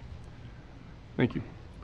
Jean, can you explain how we evaluate our mental health services and what kind of quantitative data that we utilize? Sure. I'll start with the presentation that we did last May with the PACE survey and the BASC information. And so we don't do the PACE survey every year. It's done every other year. And so there was no update to give this year in May. There is an update I'm working on right now that we will refer to the BASC information, which the BASC 3, which we give 3 times a year, and we're looking at comparison data from beginning and end of the year. The last one was just ended on May 31st, and so I don't have that data all tabulated yet, but that is coming. And so we do look at that to see if we're hitting the right students. That is more of a early intervention strategy. When students leave the mental health, when they're being dismissed, it is based on the goals that they've met. And so I will have a data of the number of students mental health clinicians have seen, how many students we've seen externally, we've referred out. So all of that will come. It's just, I don't have it yet because we usually don't do that till June. I would also like to say is that 2 years prior, we have had tragedies. This year, we did not.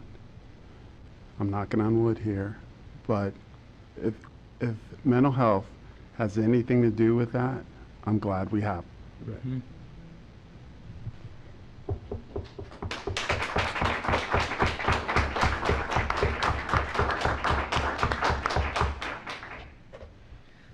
Dr. Bader, did you have another comment? Or? No, I'm all right. Ms. Zidney. Can you just, what is the BASC? You were talking about BASC. Can you just tell what that is? Yeah, it's a behavior emotional support screener that we give 3 times a year. We've been giving it for probably, I want to say maybe 15 years. We just started during the pandemic to do it grades 4 through 12. And the PACE survey is the one that the state does, as you said, that's every other year. Just to be clear, I wasn't referring to that update. I understand why we didn't have that on the PACE. I understand that the BASC was just completed. I was talking about the part of the report that we got last May that did go over the numbers and the different types of services. That's what I was referring to when I said that I would have liked to have that update, not the PACE thing. Just to be clear, I wasn't in any way trying to say we should have had that at this point. I don't think that I wouldn't have had that data in May, so I'm not sure what you're referring to then. I will forward the report that you gave us. Awesome, thank you. Go ahead, Grace. I just want to say really quickly, just how appreciative I am, Jean, for the work. Obviously, the mental health work that you have done and coordinated and made happen and actually made come to fruition to be able to provide services to so many students who've needed it that we haven't even seen before, these kinds of numbers. I cannot imagine how you feel as an individual to have that job, that on your shoulders. And it bounces out with safety. And it just, a lot of respect and appreciation. In addition to, and I know we'll move off the topic, but everything you did during the pandemic in the safety plan, and that was, I mean, I'm getting goosebumps, but my point is that there's a lot of appreciation, and so please know that. Thank you. Ms. Zidney, do you have another, is your hand still up? Go ahead. Yes, I just wanted to echo that. Jean has really done an incredible job, and I do very much appreciate it. Thank you. All right, is there any other info or discussion? We'll have a roll call vote. Dr. Crevecore. Yes. Dr. Duffy. Yes. Ms. Huff. Yes. Mr. Leos. Yes. Ms. Sidney. No. Dr. Bader. Yes. Ms. Brandt. Yes. Dr. Buck. Yes. All right, agenda item C is, sorry, A motion to approve the 2023-2024 Mr. Jeff Davis Conversations Incorporated contract renewal seen in attachment C, previously attachment 7R. So moved. Second. Are there any questions or discussion? Jackie. Go ahead. No, having worked with Mr. Davis in the past, I think he does a terrific job, and I like to see the fact that this has a not-to-exceed number on it, too. So I very much appreciate this, Mr. Davis and his service to the district. Oh. Is there any other info or discussion? Yes. I would just like to appreciate that the Finance and Operations Officer, who is not the most junior member of our organization, I say that with all the love in my heart, is seeking further professional development. I think that that's great. We all continue to have chances to grow no matter where we are in our career. And, continuing to pursue that with is commendable. And I take, some, proxy pride that someone as committed as him continues to be so committed and will make sure that our budgets are prepared in excellent fashions that we can all rely on. I think that's great. All right, any other questions or comments? We'll have a roll call vote. Public comment. Oh, thank you. Is there any public comment on this item? Either here or virtually. That's the word.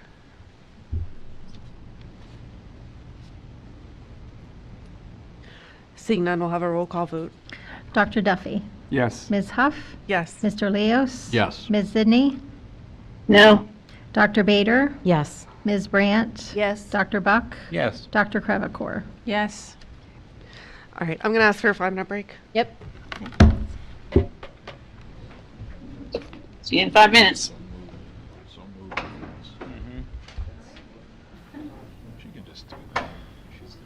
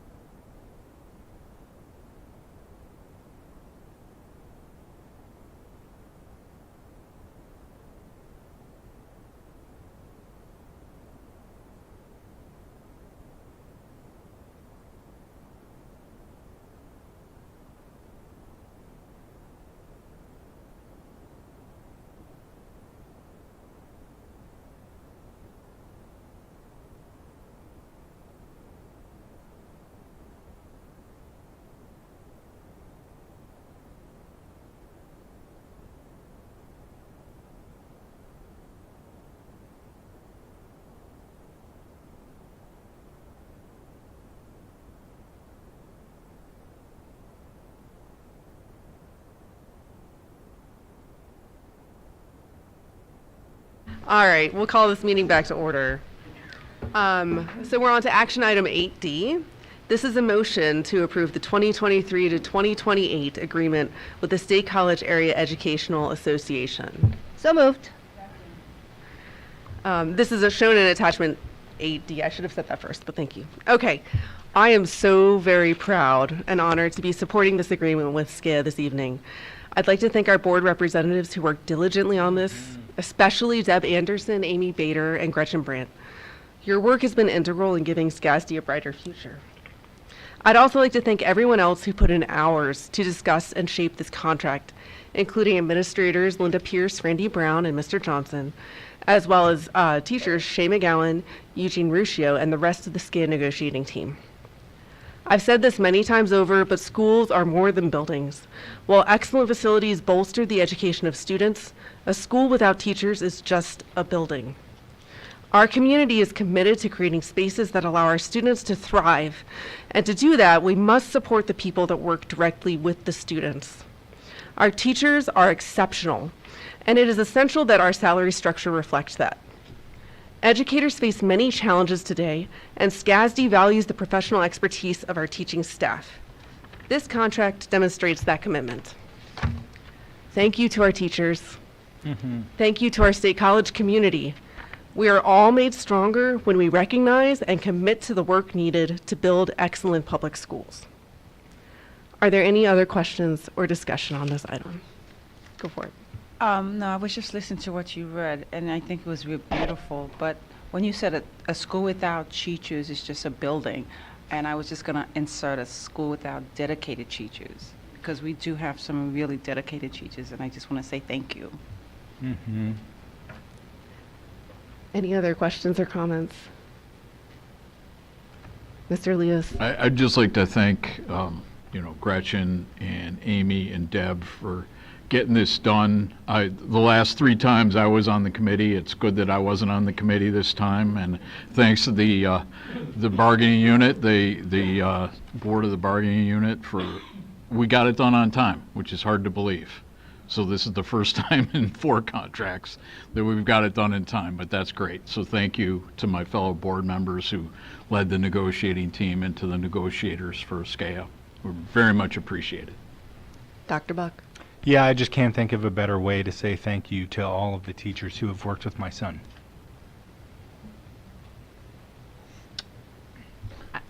I'm still waiting for my shirt.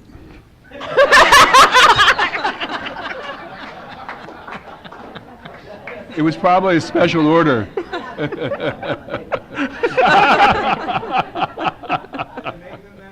Oh, big and tall. All right, is there any other discussion or questions? Do you have something? I'm just, I worked for 20 or 25 years at different times in my career in State College School District, and I'm one of the events that took place, one of the learnings for me in my last, within the last 10 or 15 years of my work was understanding how challenging teaching is. And it's just incredibly complicated. And as I was saying to my wife, who happens to had also worked in the schools and was a classroom teacher, just the other day, I said to her that this is the one job, and people may not really comprehend this. You have to, before you even walk into the front door of the school, you've got to be ready for what you're about to undertake in terms of that day's work.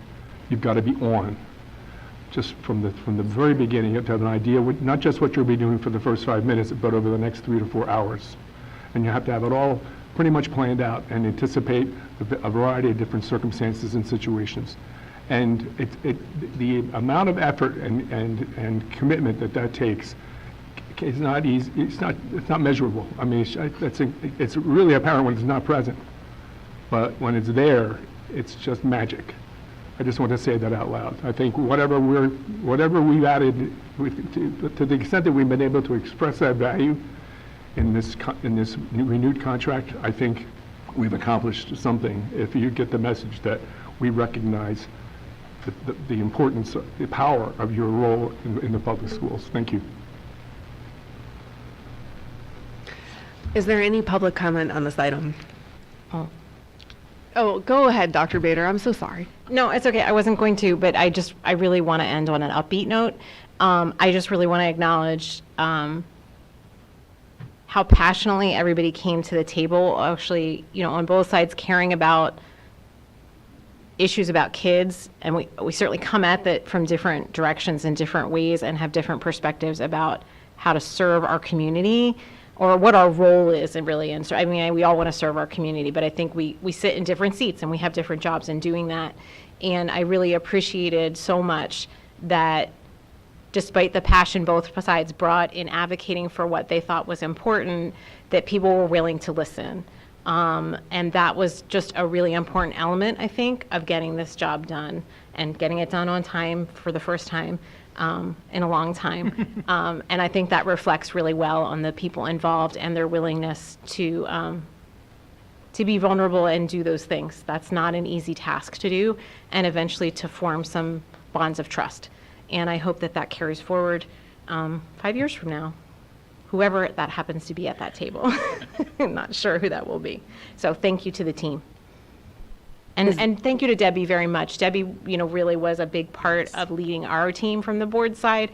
And she unfortunately is fortunate for her, she's a family wedding. So hopefully she's having a lovely time, but we miss her. And she was very heartbroken to not be present, to be voting yes on this contract tonight, so. Ms. Indy. I really am also echoing what people said. I'm away as well. I'm in Texas, and looking at some of these salaries here, as our president well knows, our board president, we don't always see in communities on a financial level how much they value teachers. And it's important to me that we ensure our teachers are respected and shown as much as we can, get the financial benefit that they could then be present for their families and not be constrained in that way. So I was very pleased to see how this contract is. And also a thanks to Debbie, because she not only explained it within your meetings, but her explanations really helped me with understanding things.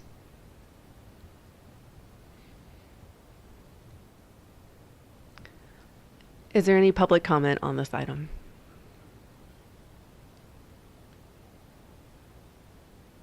Seeing none, I will ask for a roll call vote. Ms. Huff. Yes. Mr. Leos. Yes. Ms. Zidney. Yes. Dr. Bader. Yes. Ms. Brandt. Yes. Dr. Buck. Yes. Dr. Crevecore. Yes. Dr. Duffy. Yes. Motion carries.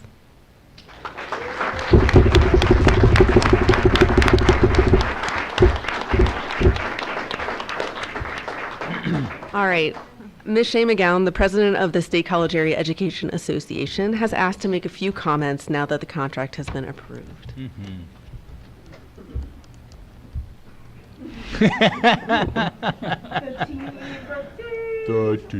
like the Olympic hockey team. Do I have to say who I am? Shay McGowan, SCAA president. We thank you for voting to ratify this contract. The SCAA negotiation team stands with me at this podium since the entire process was approached as a team. We come to this podium to express our heartfelt thanks and appreciation to the board of directors, Mr. Johnson, and his cabinet, and on behalf of this district's certified professionals. This contract negotiation process has been an incredible testament to your understanding and recognition of the tremendous value teachers and other certified professionals bring to our educational community.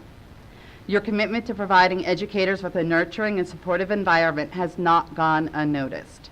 By acknowledging teachers' indispensable roles in shaping our students' minds and futures, you have taken a significant step towards fostering a culture of respect and empowerment for our profession. Moreover, we commend the board for its collaborative approach throughout the negotiation process. Your willingness to listen to the concerns and feedback of the professionals and engage in an open dialogue to hear our stories has created an atmosphere of trust and transparency. You have reinforced a sense of ownership and pride in our profession.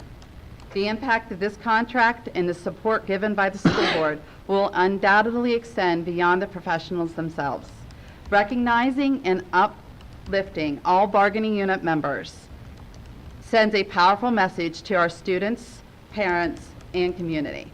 From an improved compensation package that reflects the importance of our work to an enhanced work-life balance, you have shown a genuine commitment to investing in the growth and well-being of the district professionals. We are excited to embark on a journey of continued excellence, knowing that we have your unwavering support. Once again, we sincerely thank you for your vision, empathy, and commitment to our profession. We are truly fortunate to be part of a district that recognizes and champions teachers and other professionals' vital roles. Thank you.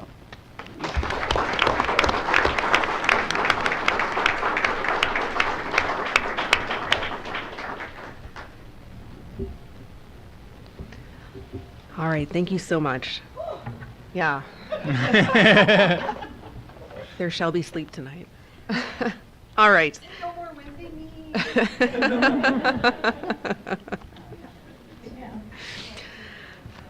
All right, now, speaking of getting to sleep, let's keep going. Agenda item 8E is a motion to approve an MOU with the State College Area Educational Support Personnel Association regarding health care. This is shown in attachment 8E. So moved. Second. Are there any questions or discussion? Is there any public comment on this item? We'll have a roll call vote. Mr. Leos? Yes. Ms. Sidney? Yes. Dr. Bader? Yes. Ms. Brandt? Yes. Dr. Buck? Yes. Dr. Crevecore? Dr. Duffy? Yes. Ms. Huff? Yes. All right, motion carries. Agenda item 8F is a motion to approve the 2023-2024 final budget, homestead and farmstead exclusion resolution, annual real estate tax installment payment resolution, and supplemental property tax rebate resolution. These are shown in attachments 8F. So moved. Second. Hello. We're just here to answer any questions. All right. Are there any questions or discussion for this item from the board? No, I always feel bad though when you come to the table and we don't have any. Oh, that's fine. I won't ask one. There have been so many iterations. Right. Yes. This is No, that's not good. our first time. Just wanted to make sure. Also good. Thank you for all the hard Ms. work. Zidney, go ahead. Thank you. This is going to be the last budget I will be voting on as a school board member. And over the time that I've been on the board, I have tried to pay very close attention to the budgets, which is not my natural strength nor the thing that I most enjoy doing as a board member. One of the things that's concerned me for years, and I have brought up, is that we were basing our budgets assuming that we would be raising taxes 2% every single year, even though we also did not, even when we knew there were forthcoming expenses such that, for instance, that our gifted program was growing, we didn't account for those additional teachers in the out year. So I've been concerned about it. I have raised questions. I've been told repeatedly that I'm too far in the weeds, that my questions are inappropriate, et cetera, et cetera. And I think that's an unfortunate attitude, because I think if we were more open with our deliberations and explanations, people would better understand how we can get to a budget like this. A couple of months ago, when we discussed the budget in April, I mentioned that I and another board member had both asked for some recommendations for how we might reduce the tax increase that we're requesting with this, or authorizing with this budget. And when I pointed out that I was not really qualified to present those options, by that I meant that I'm not in the schools every day, and I think it's appropriate for us to ask the administration to bring us some ideas as opposed to us sort of announcing them. I have plenty of ideas. Another board member chose to fairly publicly say that in saying that I was admitting that I'm not qualified to determine the budget. And that is absolutely not true. I believe I'm qualified. I am voting for this budget because it supports the contract we just paid, that we just approved. And because it's going to pass anyway. And I do think spending on our schools is extremely important. I also think that there's plenty of room in this budget to examine how we are doing things and to really be more honest with the public, more transparent with ourselves in evaluating how we use our personnel, what types of things we spend money on.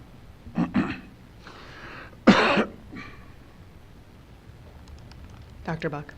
Yeah, I just want to fundamentally reject the last portion of Ms. Zidney's last statement. The idea that this board or the administration or the process has not been transparent or somehow honest when we have had finance committee meetings, meetings of the whole that committees of the whole that deal with the budget, where elements of the budget come into just about every committee meeting possible because the budget touches everything, because everything touches the budget. I cannot think of a more objectionable thing to assert about this board and the activities of this school district regarding the budget. That's all I have to say about that. Any other info or I'm sorry. I'm excited to vote yes. Are there any questions or discussion? Is there any public comment on this item? We'll have a roll call vote. Ms. Zidney. Yes. Dr. Bader. Yes. Ms. Brandt. Yes. Dr. Buck. Yes. Dr. Crevecore. Yes. Dr. Duffy. Yes. Ms. Huff. Yes. Mr. Leos. Yes. All right, motion carries. Agenda item 6G is a motion to approve a contract with Global Associates. This is shown in attachment 6G. So moved. Second. Are there any questions or discussion?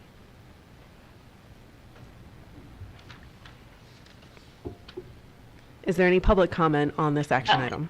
Oh, go excuse ahead. me. I'm sorry, Ms. Zidney. Go ahead. Thank you. This actually is an example. It's not, we're being asked to approve an audit. It's not a big amount, but we had not discussed it. We're getting no information about how this station was selected, other than that they worked with another member of the IU, but that member, as best I can tell, has under 1,000 students in their entire population. So this is the type of thing that I think should be much more transparent. What we're getting out of this audit, what the deliverables are, the scope, all of those things are important to understand when we're committing money. And it's a small amount, but it's also time and it sets a precedent. This is the type of thing that I think there should be more information about. So Ms. Zidney, Ms. Merritt, and Ms. Yoder have joined us at the table. So we shared an email, or actually Mr. Johnson shared an email earlier today with Laurel that reviewed everything, provided the website to Global Associates. If you would like more information, we can share it. She did ask other schools. I reached out to Mr. Booth. He has worked with Cumberland County schools of about 68,000 students, a school in Indianapolis, Indiana, a Global Prep School, Center Grove Schools in Bloomington, Indiana, just to name a few, pretty much throughout the nation.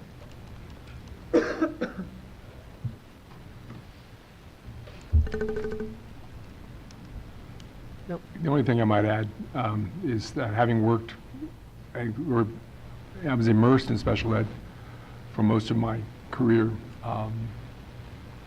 It's the kind of experience of working in that role leads one to fall into practices that may not be the most effective or efficient, but you're not aware of it at the time because you have no way of referencing what you're doing to what opportunities and possibilities are out there. So I think the opportunity to bring someone in to throw up a mirror basically to us, to give us a sense of what we could be doing better and differently, can only be add value to what we're doing. Because it's really easy to fall into habits, for want of a better way of putting it, that are not as effective or efficient as they could be, without realizing that there are other opportunities. You can go off to trainings together and be introduced to to new technologies and new methods and new materials and such, but it's not the same as someone actually being in the classroom and programs with you, reflecting on what you're doing. So I think there's a lot of value in this. Maybe I read all that into this. I may be making much more of it than will actually take place, but I'm looking at it as an opportunity for that kind of reflection and self-evaluation to occur. Great. Dr. Buck? Yeah, I mean, I would just also like to affirm one of the things I appreciate about this is that the contractor is going to be ascertaining our performance from a number of different angles, very personal, like interviews, doing walkthroughs, comparisons to other places, to doing a review and audit of state and federal compliance.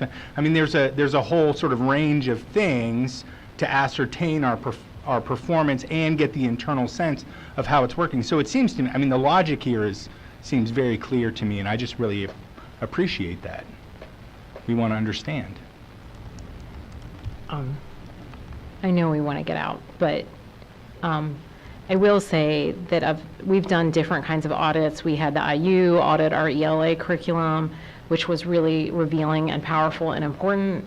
And I think there's no better area for us to have an outside view of than our special ed programs. Not saying we have we don't have a good special ed program, we do, but the nature of special ed is such that there is a lot of very different types of needs, and the fact that the funding of special education, which has nothing to do with us, the federal funding and the state level funding is so deficient. It creates a lot of pressures in that system in terms of making sure we meet the highest need kids.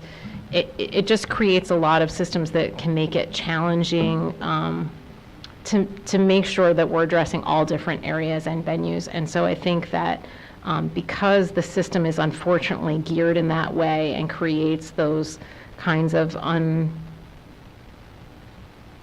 unpositive, that's not a word, but unintentional negative pressures, having an outside view like this is really, really powerful and has the potential to really provide some good insight. So I am very I'm thrilled that the administration is making this choice to open this door and be vulnerable and ask for this kind of critique and input. It has the opportunity to be really powerful. As far as audits go, I would say this one seems pretty reasonable to me. I mean, we could certainly find ones for 3 times the price, and I'm not sure we would get different or more data from that. So, we met with him. We spent an entire day with Mark Booth, and we were very excited about some of the things that he shared with us, as well as the equity lens he brings to layer onto the whole process. So I think that he, we're excited to work with him. So it's great. Positive relationship is an important part of hiring someone. Yes. Ms. Zidney. Yes, I perhaps missed a memo. Please tell me if I did, because a bunch of things were listed, interviews, reviewing this and that I don't see that anywhere in this memo or some other memo. Did I miss a memo that described this? It's in the contract document that's in board docs. Well, I did not see a contract. Has that been added recently? No. It's part of the memo. I will go check it again. I did not see that, and I apologize. Just so that people know, I did go to the website. I actually looked up the Cumberland County reference because that's listed as a partner. It is the only public school district listed.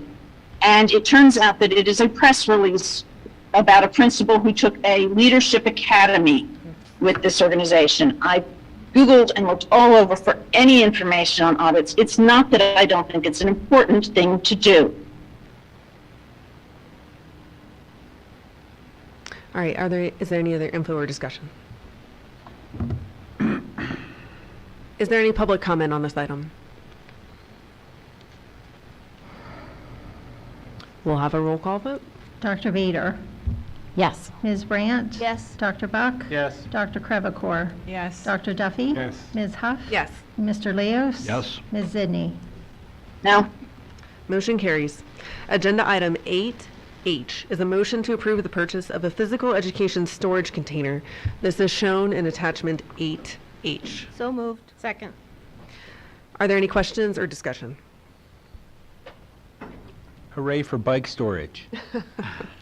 Hooray for schools with bikes. Yeah. Is there any public comment on this item? We'll have a roll call vote. Ms. Brandt? Yes. Dr. Buck? Yes. Dr. Crevecore? Yes. Dr. Duffy? Yes. Ms. Huff? Yes. Mr. Leos? Yes. Ms. Sidney? Yes. Dr. Bader? Yes. All right, motion carries. Agenda item 8I is a motion to approve the high school stormwater management agreement.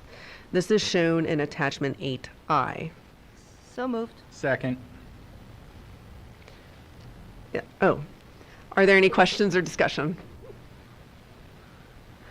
Mr. Fisher is online if we have any questions of him. Is there any public comment on this item?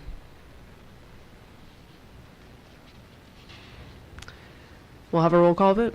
Dr. Buck? Yes. Dr. Crevecore? Yes. Dr. Duffy? Yes. Ms. Huff? Yes. Mr. Leos? Yes. Ms. Sidney? Yes. Dr. Bader? Yes. Ms. Brandt? Yes. Motion carries. Agenda item 8J. 8J.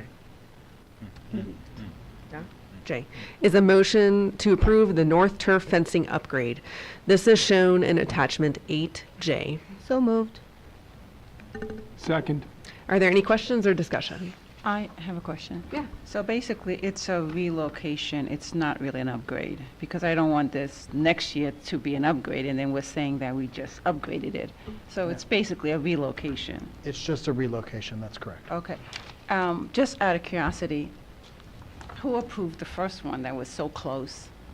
I mean, It went through the design process, but I believe that it, we didn't know until we were there and the fence was built, what some of the difficulties we were going to have with the additional goalies and things that we need to store inside the fence. okay. Okay. It happens. We try. Humans are involved. I've heard that. All right. Is there any other questions or discussion for this item? Thanks, Plank. Is there any public comment on this item? We'll have a roll call vote. Dr. Crevecore? Yes. Dr. Duffy? Yes. Ms. Huff? Yes. Mr. Leos? Yes. Ms. Sidney? Yes. Dr. Bader? Yes. Ms. Brandt? Yes. Dr. Buck? Yes. Motion carries. Agenda item HK is a motion to accept the base bids for the construction of a new physical plant building. This is shown in attachment 8K. So moved. Second. Are there any questions or discussion? Pumped. It's Ms. Zinni.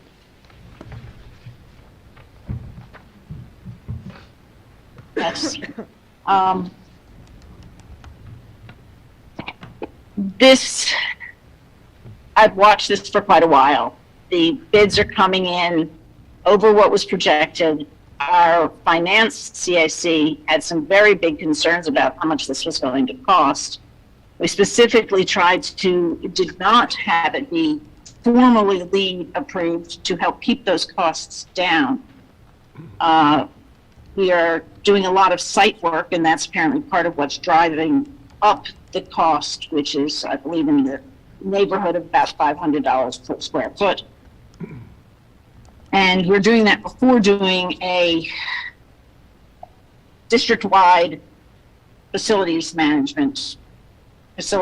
program, which seems to me asking for trouble, because we're going to be constraining ourselves from what we might do there. So this, to me, is a project that is just not appropriate to be doing at this time for this amount of money, especially when it came in over the projection that some of our citizens who are involved in finance raised fairly strong objections to during the finance CIC.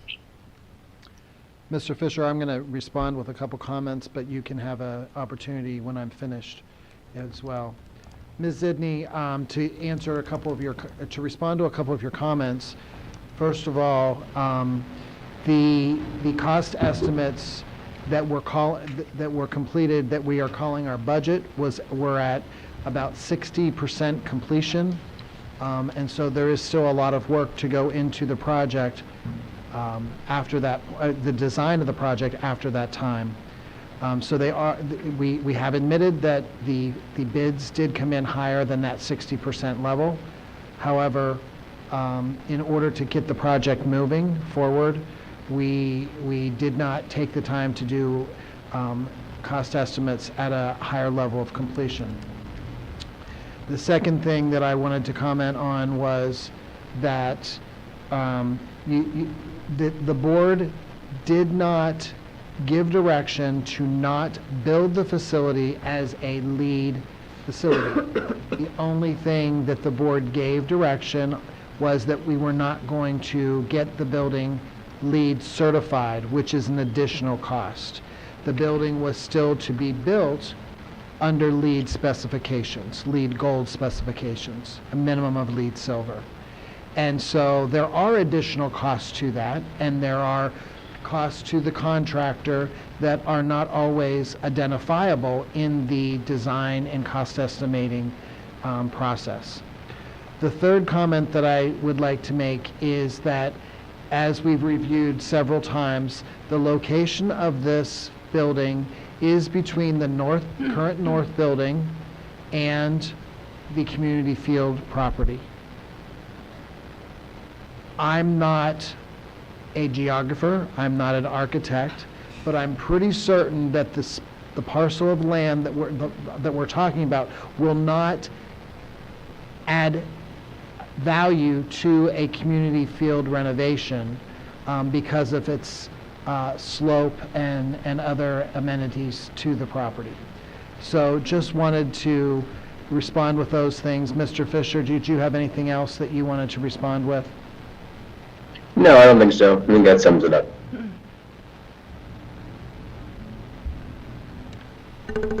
Any other info or discussion? I keep asking for the wrong things.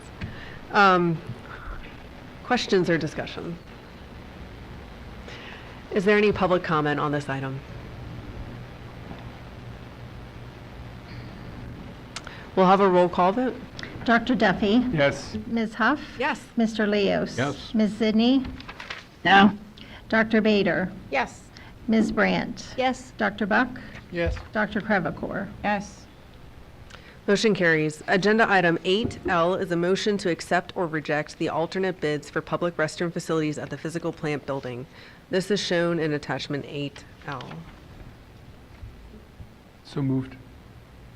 I can't second. Second. I do have a question. Hold on. Hold on, yeah, yeah. Voting on. The motion is accept or reject. You have to choose. Yeah. Okay. Okay, the administration I'm has asking. recommended rejecting this Got it. item, and we included that justification, but Right. as you need, somebody needs Right. to decide. Right. So rather than yes or no, we're saying accept or reject. Correct. Got it. Would you like to amend your motion? Would I put that into a motion, you think? Oh, no. Yeah, it has You to can be part of either, the you can either motion. move to reject or remove to accept, or move to accept.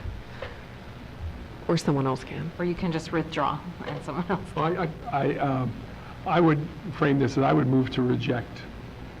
Can I change the motion to a motion to reject the Additional item, external right, the external. Public restroom facilities. Yep. Yep. So said. Dr. Duffy has moved to reject the alternate bid for public restroom facilities. Is there a second? Second. All right. Are there any questions or discussion? Yeah. I just want to say, I think that makes sense because we're just about to embark on the facilities master plan. So it makes sense to me, and it's good process. Yeah, I think you explained it well. I mean, the cost of the bathrooms is minimal, but the cost for the custodian to maintain the bathrooms and provide access is more than the actual bathrooms. There's only 2 bathrooms, doesn't yeah, it's, as soon as I started to read it, I was like, yeah, but how are we going to staff that? So while it would be really lovely to have fully plumbed bathrooms for the people on Community Field, I don't think it's a smart choice to do it at this venue, Right. in this fashion, yeah. Dr. Buck? Yeah, I just also really appreciate that, this community, a few members of the community had said, could there be bathrooms there? A couple of board members expressed interest without necessarily saying, absolutely has to be there. So I'm glad that we have the alternative, and I agree with the logic for rejection also. But I think, like Gretchen said, good process. Ms. Indy? Yeah, this is one of those things. I mean, this is the facility that is right at Community Field. I understand about the slope, but presumably wherever on Community Field we're talking about this major renovation, we would have bathrooms at that point. So to me, it makes sense to just go ahead and provide them now. We may get an extra year of paying for the custodian. I'm still not sure why it would take one custodian to provide access to this, but that's not my area of expertise. I just think that as long as we're going to build this building right at the field, it makes sense to go ahead and provide public access to that. Any other info discussion at the table? Just a point of information. So a vote yes is a vote to reject the alternate bid. That's correct. Okay. Yes. Is there any public comment on this item? We'll have a roll call vote. Ms. Huff. Yes. Mr. Leos. No. Ms. Zidney. No. Dr. Bader. Yes. Ms. Brandt. Yes. Dr. Buck. Yes. Dr. Crevecore. Yes. Dr. Duffy. Yes. Motion carries. Agenda item 8M is a motion to accept or reject the bid alternates for an electric vehicle charging station at the physical plant building. And again, I'll be looking for a motion that names to accept or reject. I move that we accept the alternate for the electric vehicle charging station. Second. Are there any questions or discussion? Question. Is it possible for us to get a rebate on those electric vehicle station? Did you look into that? Because I'm There, there is rebate money out there. Yes. okay. That would have just So that's a nice possibility to- at this point. Exactly. Okay. Ms. Indy? Yeah, just a quick question. I appreciate the comment in the memo that there will be meters to be able to actually charge for the electric use, people who do use these stations. Again, being in Texas, one thing they've done sometimes, say with highways, is say that until their payback period is reached, there is a surcharge for using certain things. And I'm wondering if those meters would allow us, should we choose, to add a surcharge to the electric that would help fund the building of these charging stations. We'll look into it. Thanks. I'll just say, I like the idea of having a charging station. I'm not totally convinced that this is the time to do it since we don't have any electric vehicles in the district itself. However, I think that's a goal we have as well. So, I'm not really strongly either way on this one, but I just wanted to at least say that since we have no EV vehicles right now, it might be a little early, but it also might not be bad. Being the daughter of an electrician, I would tell you though that setting up your panel and all those things, there's infrastructure internally that you need to have for that high power voltage stuff to do the fast chargers. I hear you. That you want to do from the get-go if you're going to maybe do it. I mean, you can't kind of add it later, but it's a little easier when you're from the beginning. That's my perspective. Okay, so just to be clear, the motion is to accept the bid alternate for an electric vehicle charging station at the physical plant building. Is there any public comment on this issue? If not, we will have a roll call vote. Mr. Leos. Yes.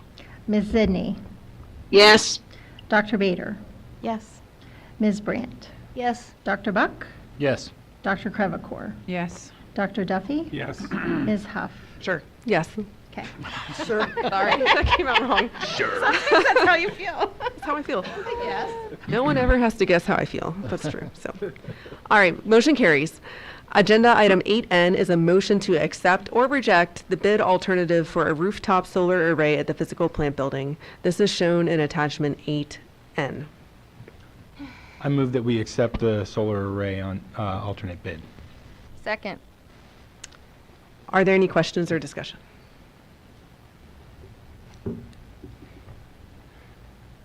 Mr. Lewis? I had a question. This gets us toward the LEED certification. I mean, if we were, We don't need it. okay, Yeah, the memo says it's already met. okay. Oh, yeah, I'm sorry. Dan? Okay. Okay. Ms. Zidney? And this is the type of thing that I think is worth doing. It's quite expensive, and I did ask that it be put in the context of some of the other work we're doing. That was a question I sent into the administration, and what they said was that they explained that it really didn't. It didn't even meet the electric needs of this building. So given the expense, given that we are already involved in a major power purchase and the payback time, I think the administration, their recommendation makes sense. We're in the education business, so. So just to be clear, the recommendation of the administration was to reject the following, or reject the solar array. And the motion is to. And the motion was to accept it. Yes. I honestly think this has a pretty long payback time.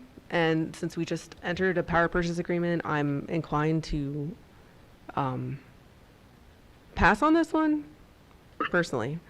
So, but again, I'm not sure how everyone else is feeling. This is not something I called everyone about. Ditto. Is there any other info or discussion? Questions or discussion? Yeah. Yes, Dr. Buck. Yeah, I think one of the best things about this array in its location is the educational benefit. It is not necessary. I mean, I think the tangible benefit, Peter is always going to argue that we should minimize carbon emissions every place that we go, and the closer to the source of the use of electricity that you do that, the better for climate change mitigation, period, end of story. So I think that is an unequivocal good. The second, looking at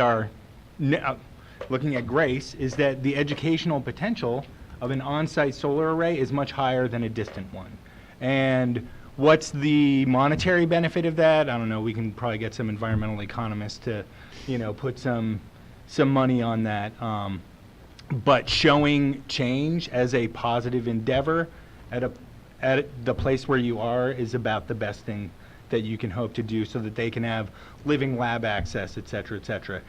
We do have other solar facilities on other roofs that we could use. This is the one that is most visible to the most number of students in the district. So. Yeah, I would just add to that, I mean, back to the 2004 resolution on sustainability in our facilities, I've spoken with folks who worked on that. And this was sort of the intent all the way back then, is that, well, let's start with facilities within the area of sustainability, and let's build from there.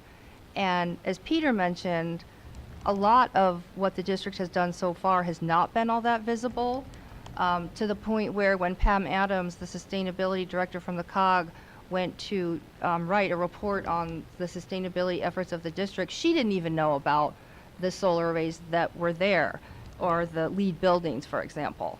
And so hopefully word's gotten out about that. But my point is that this, as Peter said, is so visible. And one area that hopefully the sustainability efforts will evolve into is curriculum, right? That's the ultimate goal. Grace is nodding her head. And so this would be one of the variables that would lead us to that ultimate goal, and a very visible one. And all the elementary schools, right, and the middle schools eventually feed into the high school, which it will be visible from the high school and from the Delta building. So this is really, if you're going to put it anywhere where it could be incorporated into curriculum, this would be where you would want it to go. So just in terms of long-range planning all the way back from 2004, this is really just one little stepping stone into trying to put forth those efforts to achieve these goals.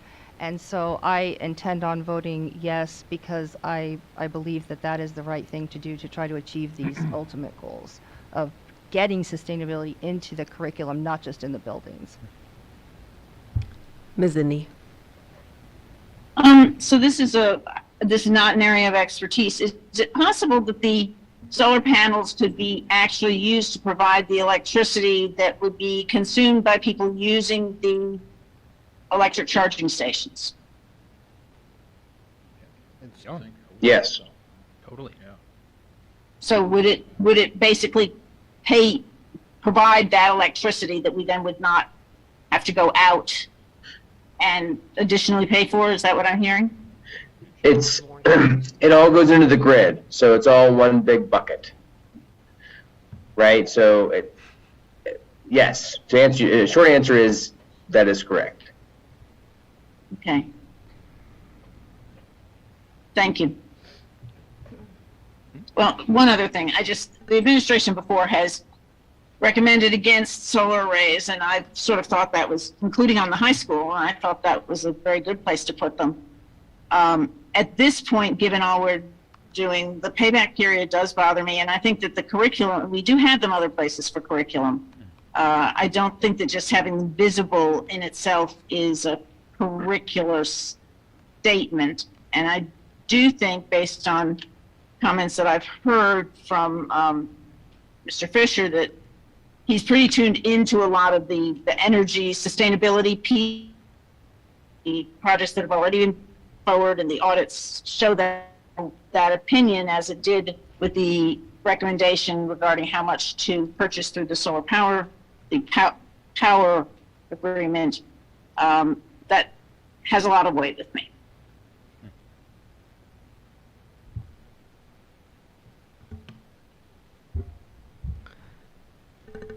We just collectively agreed to the power purchase agreement, which relies a lot on solar energy.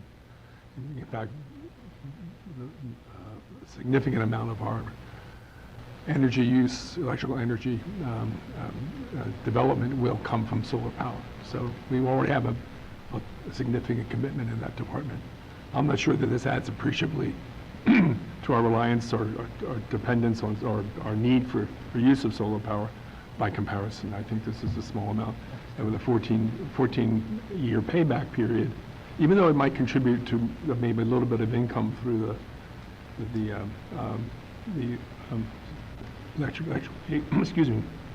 electric vehicle charging station. I'm not sure that by itself. And we also have several schools that have solar panels installed, and I don't think they've yet has translated to much of a curriculum or instructional application, come to think of it. So all in all, I appreciate the enthusiasm about solar energy. I'm not in opposition to the underlying principles behind it, but I think in this particular example, given the amount of time it will take to recover the cost of it, it just doesn't make sense to me at this point. Thank you. May I ask one more question? Sure. Mr. Fisher, so annually, what is the projected kilowatt hour output from this array? I believe it's in the memo, but I think it's 66,000 kilowatt hours. Yeah, almost 67,000 kilowatt hours. Okay. Yeah, and that's from the sorry, I closed it. The National Renewable Energy Lab, their solar calculator. And typically what we found is that's pretty close. So that's, According to the memo, it's not enough to run the building. no, but it's 60,000 pounds of CO2 not going into the atmosphere. 30 tons. That is about. It's not going in the atmosphere. No, it would not be going into the atmosphere. No, because we have, this load gets put into the rest of the load that's not in the PPA. The grid. right? Grid. Yeah, This is getting put in. yeah, So it would prevent that amount from not going. it would. It would. I've spent a lot more time with Peter on this subject than you have. Yeah. Randy and I have an understanding of each other. It's kind of amazing. The universe does strange Right. things, Randy. Is there any public comment on this item? Yeah. Yeah. I think it's good that Peter brought that up because that's the amount that would not be going out if we do this. So a no vote is voting to not do that, just to keep that clear. Thanks. Okay, so just to clarify, the motion proposed is that we accept, Yes. Yes. there was a motion to accept the bid alternative for a rooftop solar array at the physical plant building. Correct. All right, is there any public comment on this item? Yes, so I see there's a virtual comment. Jane Ruba?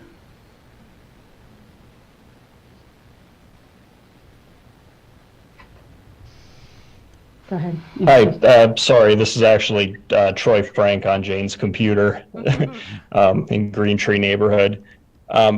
So I was listening to all the talk about the payback period, and what struck me about that is that's not really the right way to look at the financial end of solar. The payback period is just one piece of the formula. It has a lifetime that is well beyond that. So most of the time you're going to get a solid 35 years out of the panel. So it's really about the total cost of ownership or the total savings over that period. So, you're looking at the first 14 years or whatever to get to payback, but then after that, it's free electricity for another 20 years. So anyway, that was my comment. All right, thanks for your comment. Are there any other public comments this evening on this item?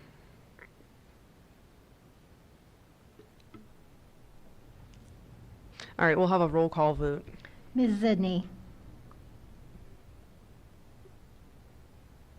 It's a hard one. No. Dr. Bader. Can I go later? Nope. Hey, I had to go first.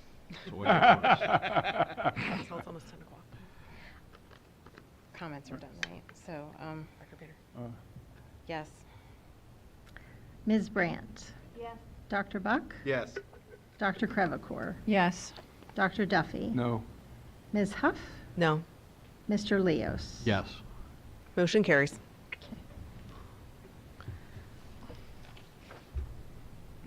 Agenda You didn't sell me that. Agenda item 8O is a motion to authorize the purchase of parcel number 01907-019-42.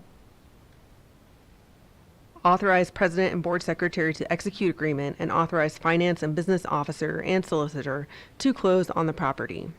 There is no attachment. So moved. Second. Are there any questions or discussion?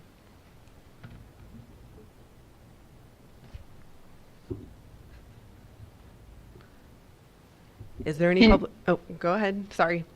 Can you just explain why there's no attachment? Is it executive?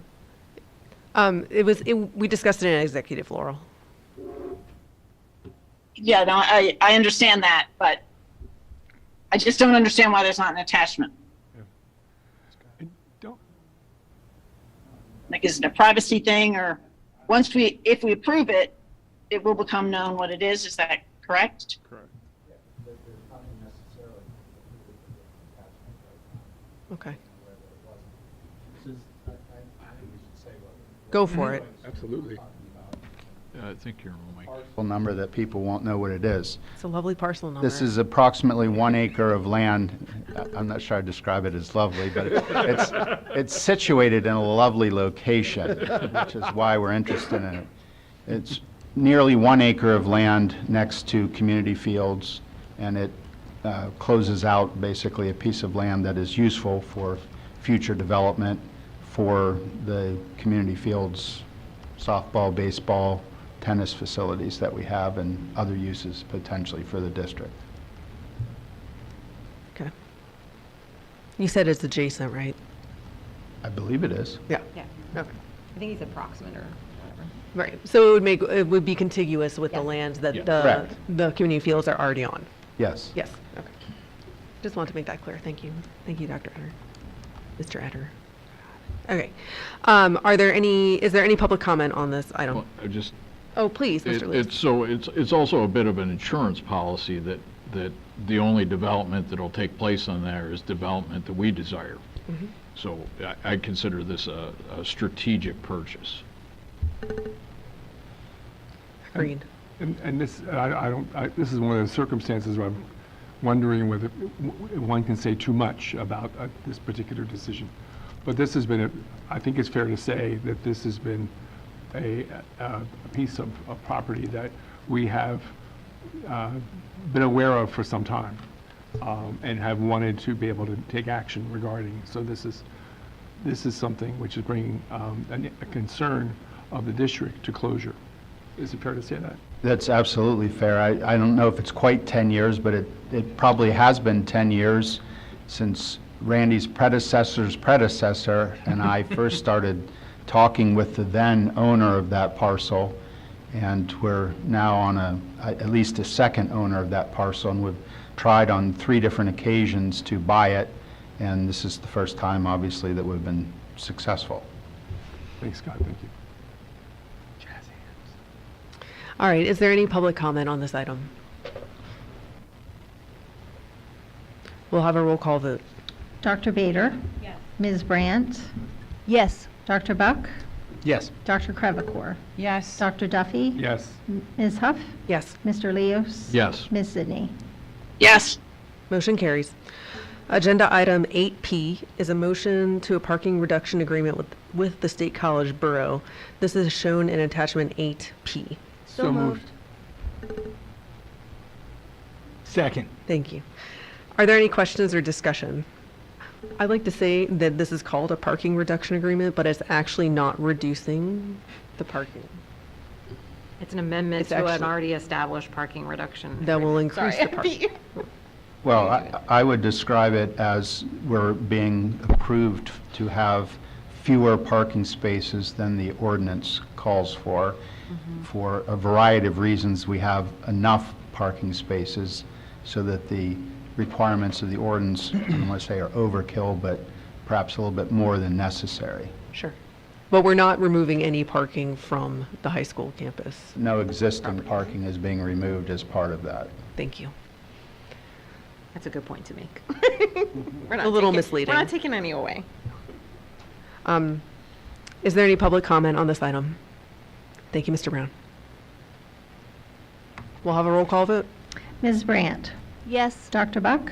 Yes. Dr. Crevecore? Yes. Dr. Duffy? Yes. Ms. Huff? Yes. Mr. Leos? Yes. Ms. Sidney?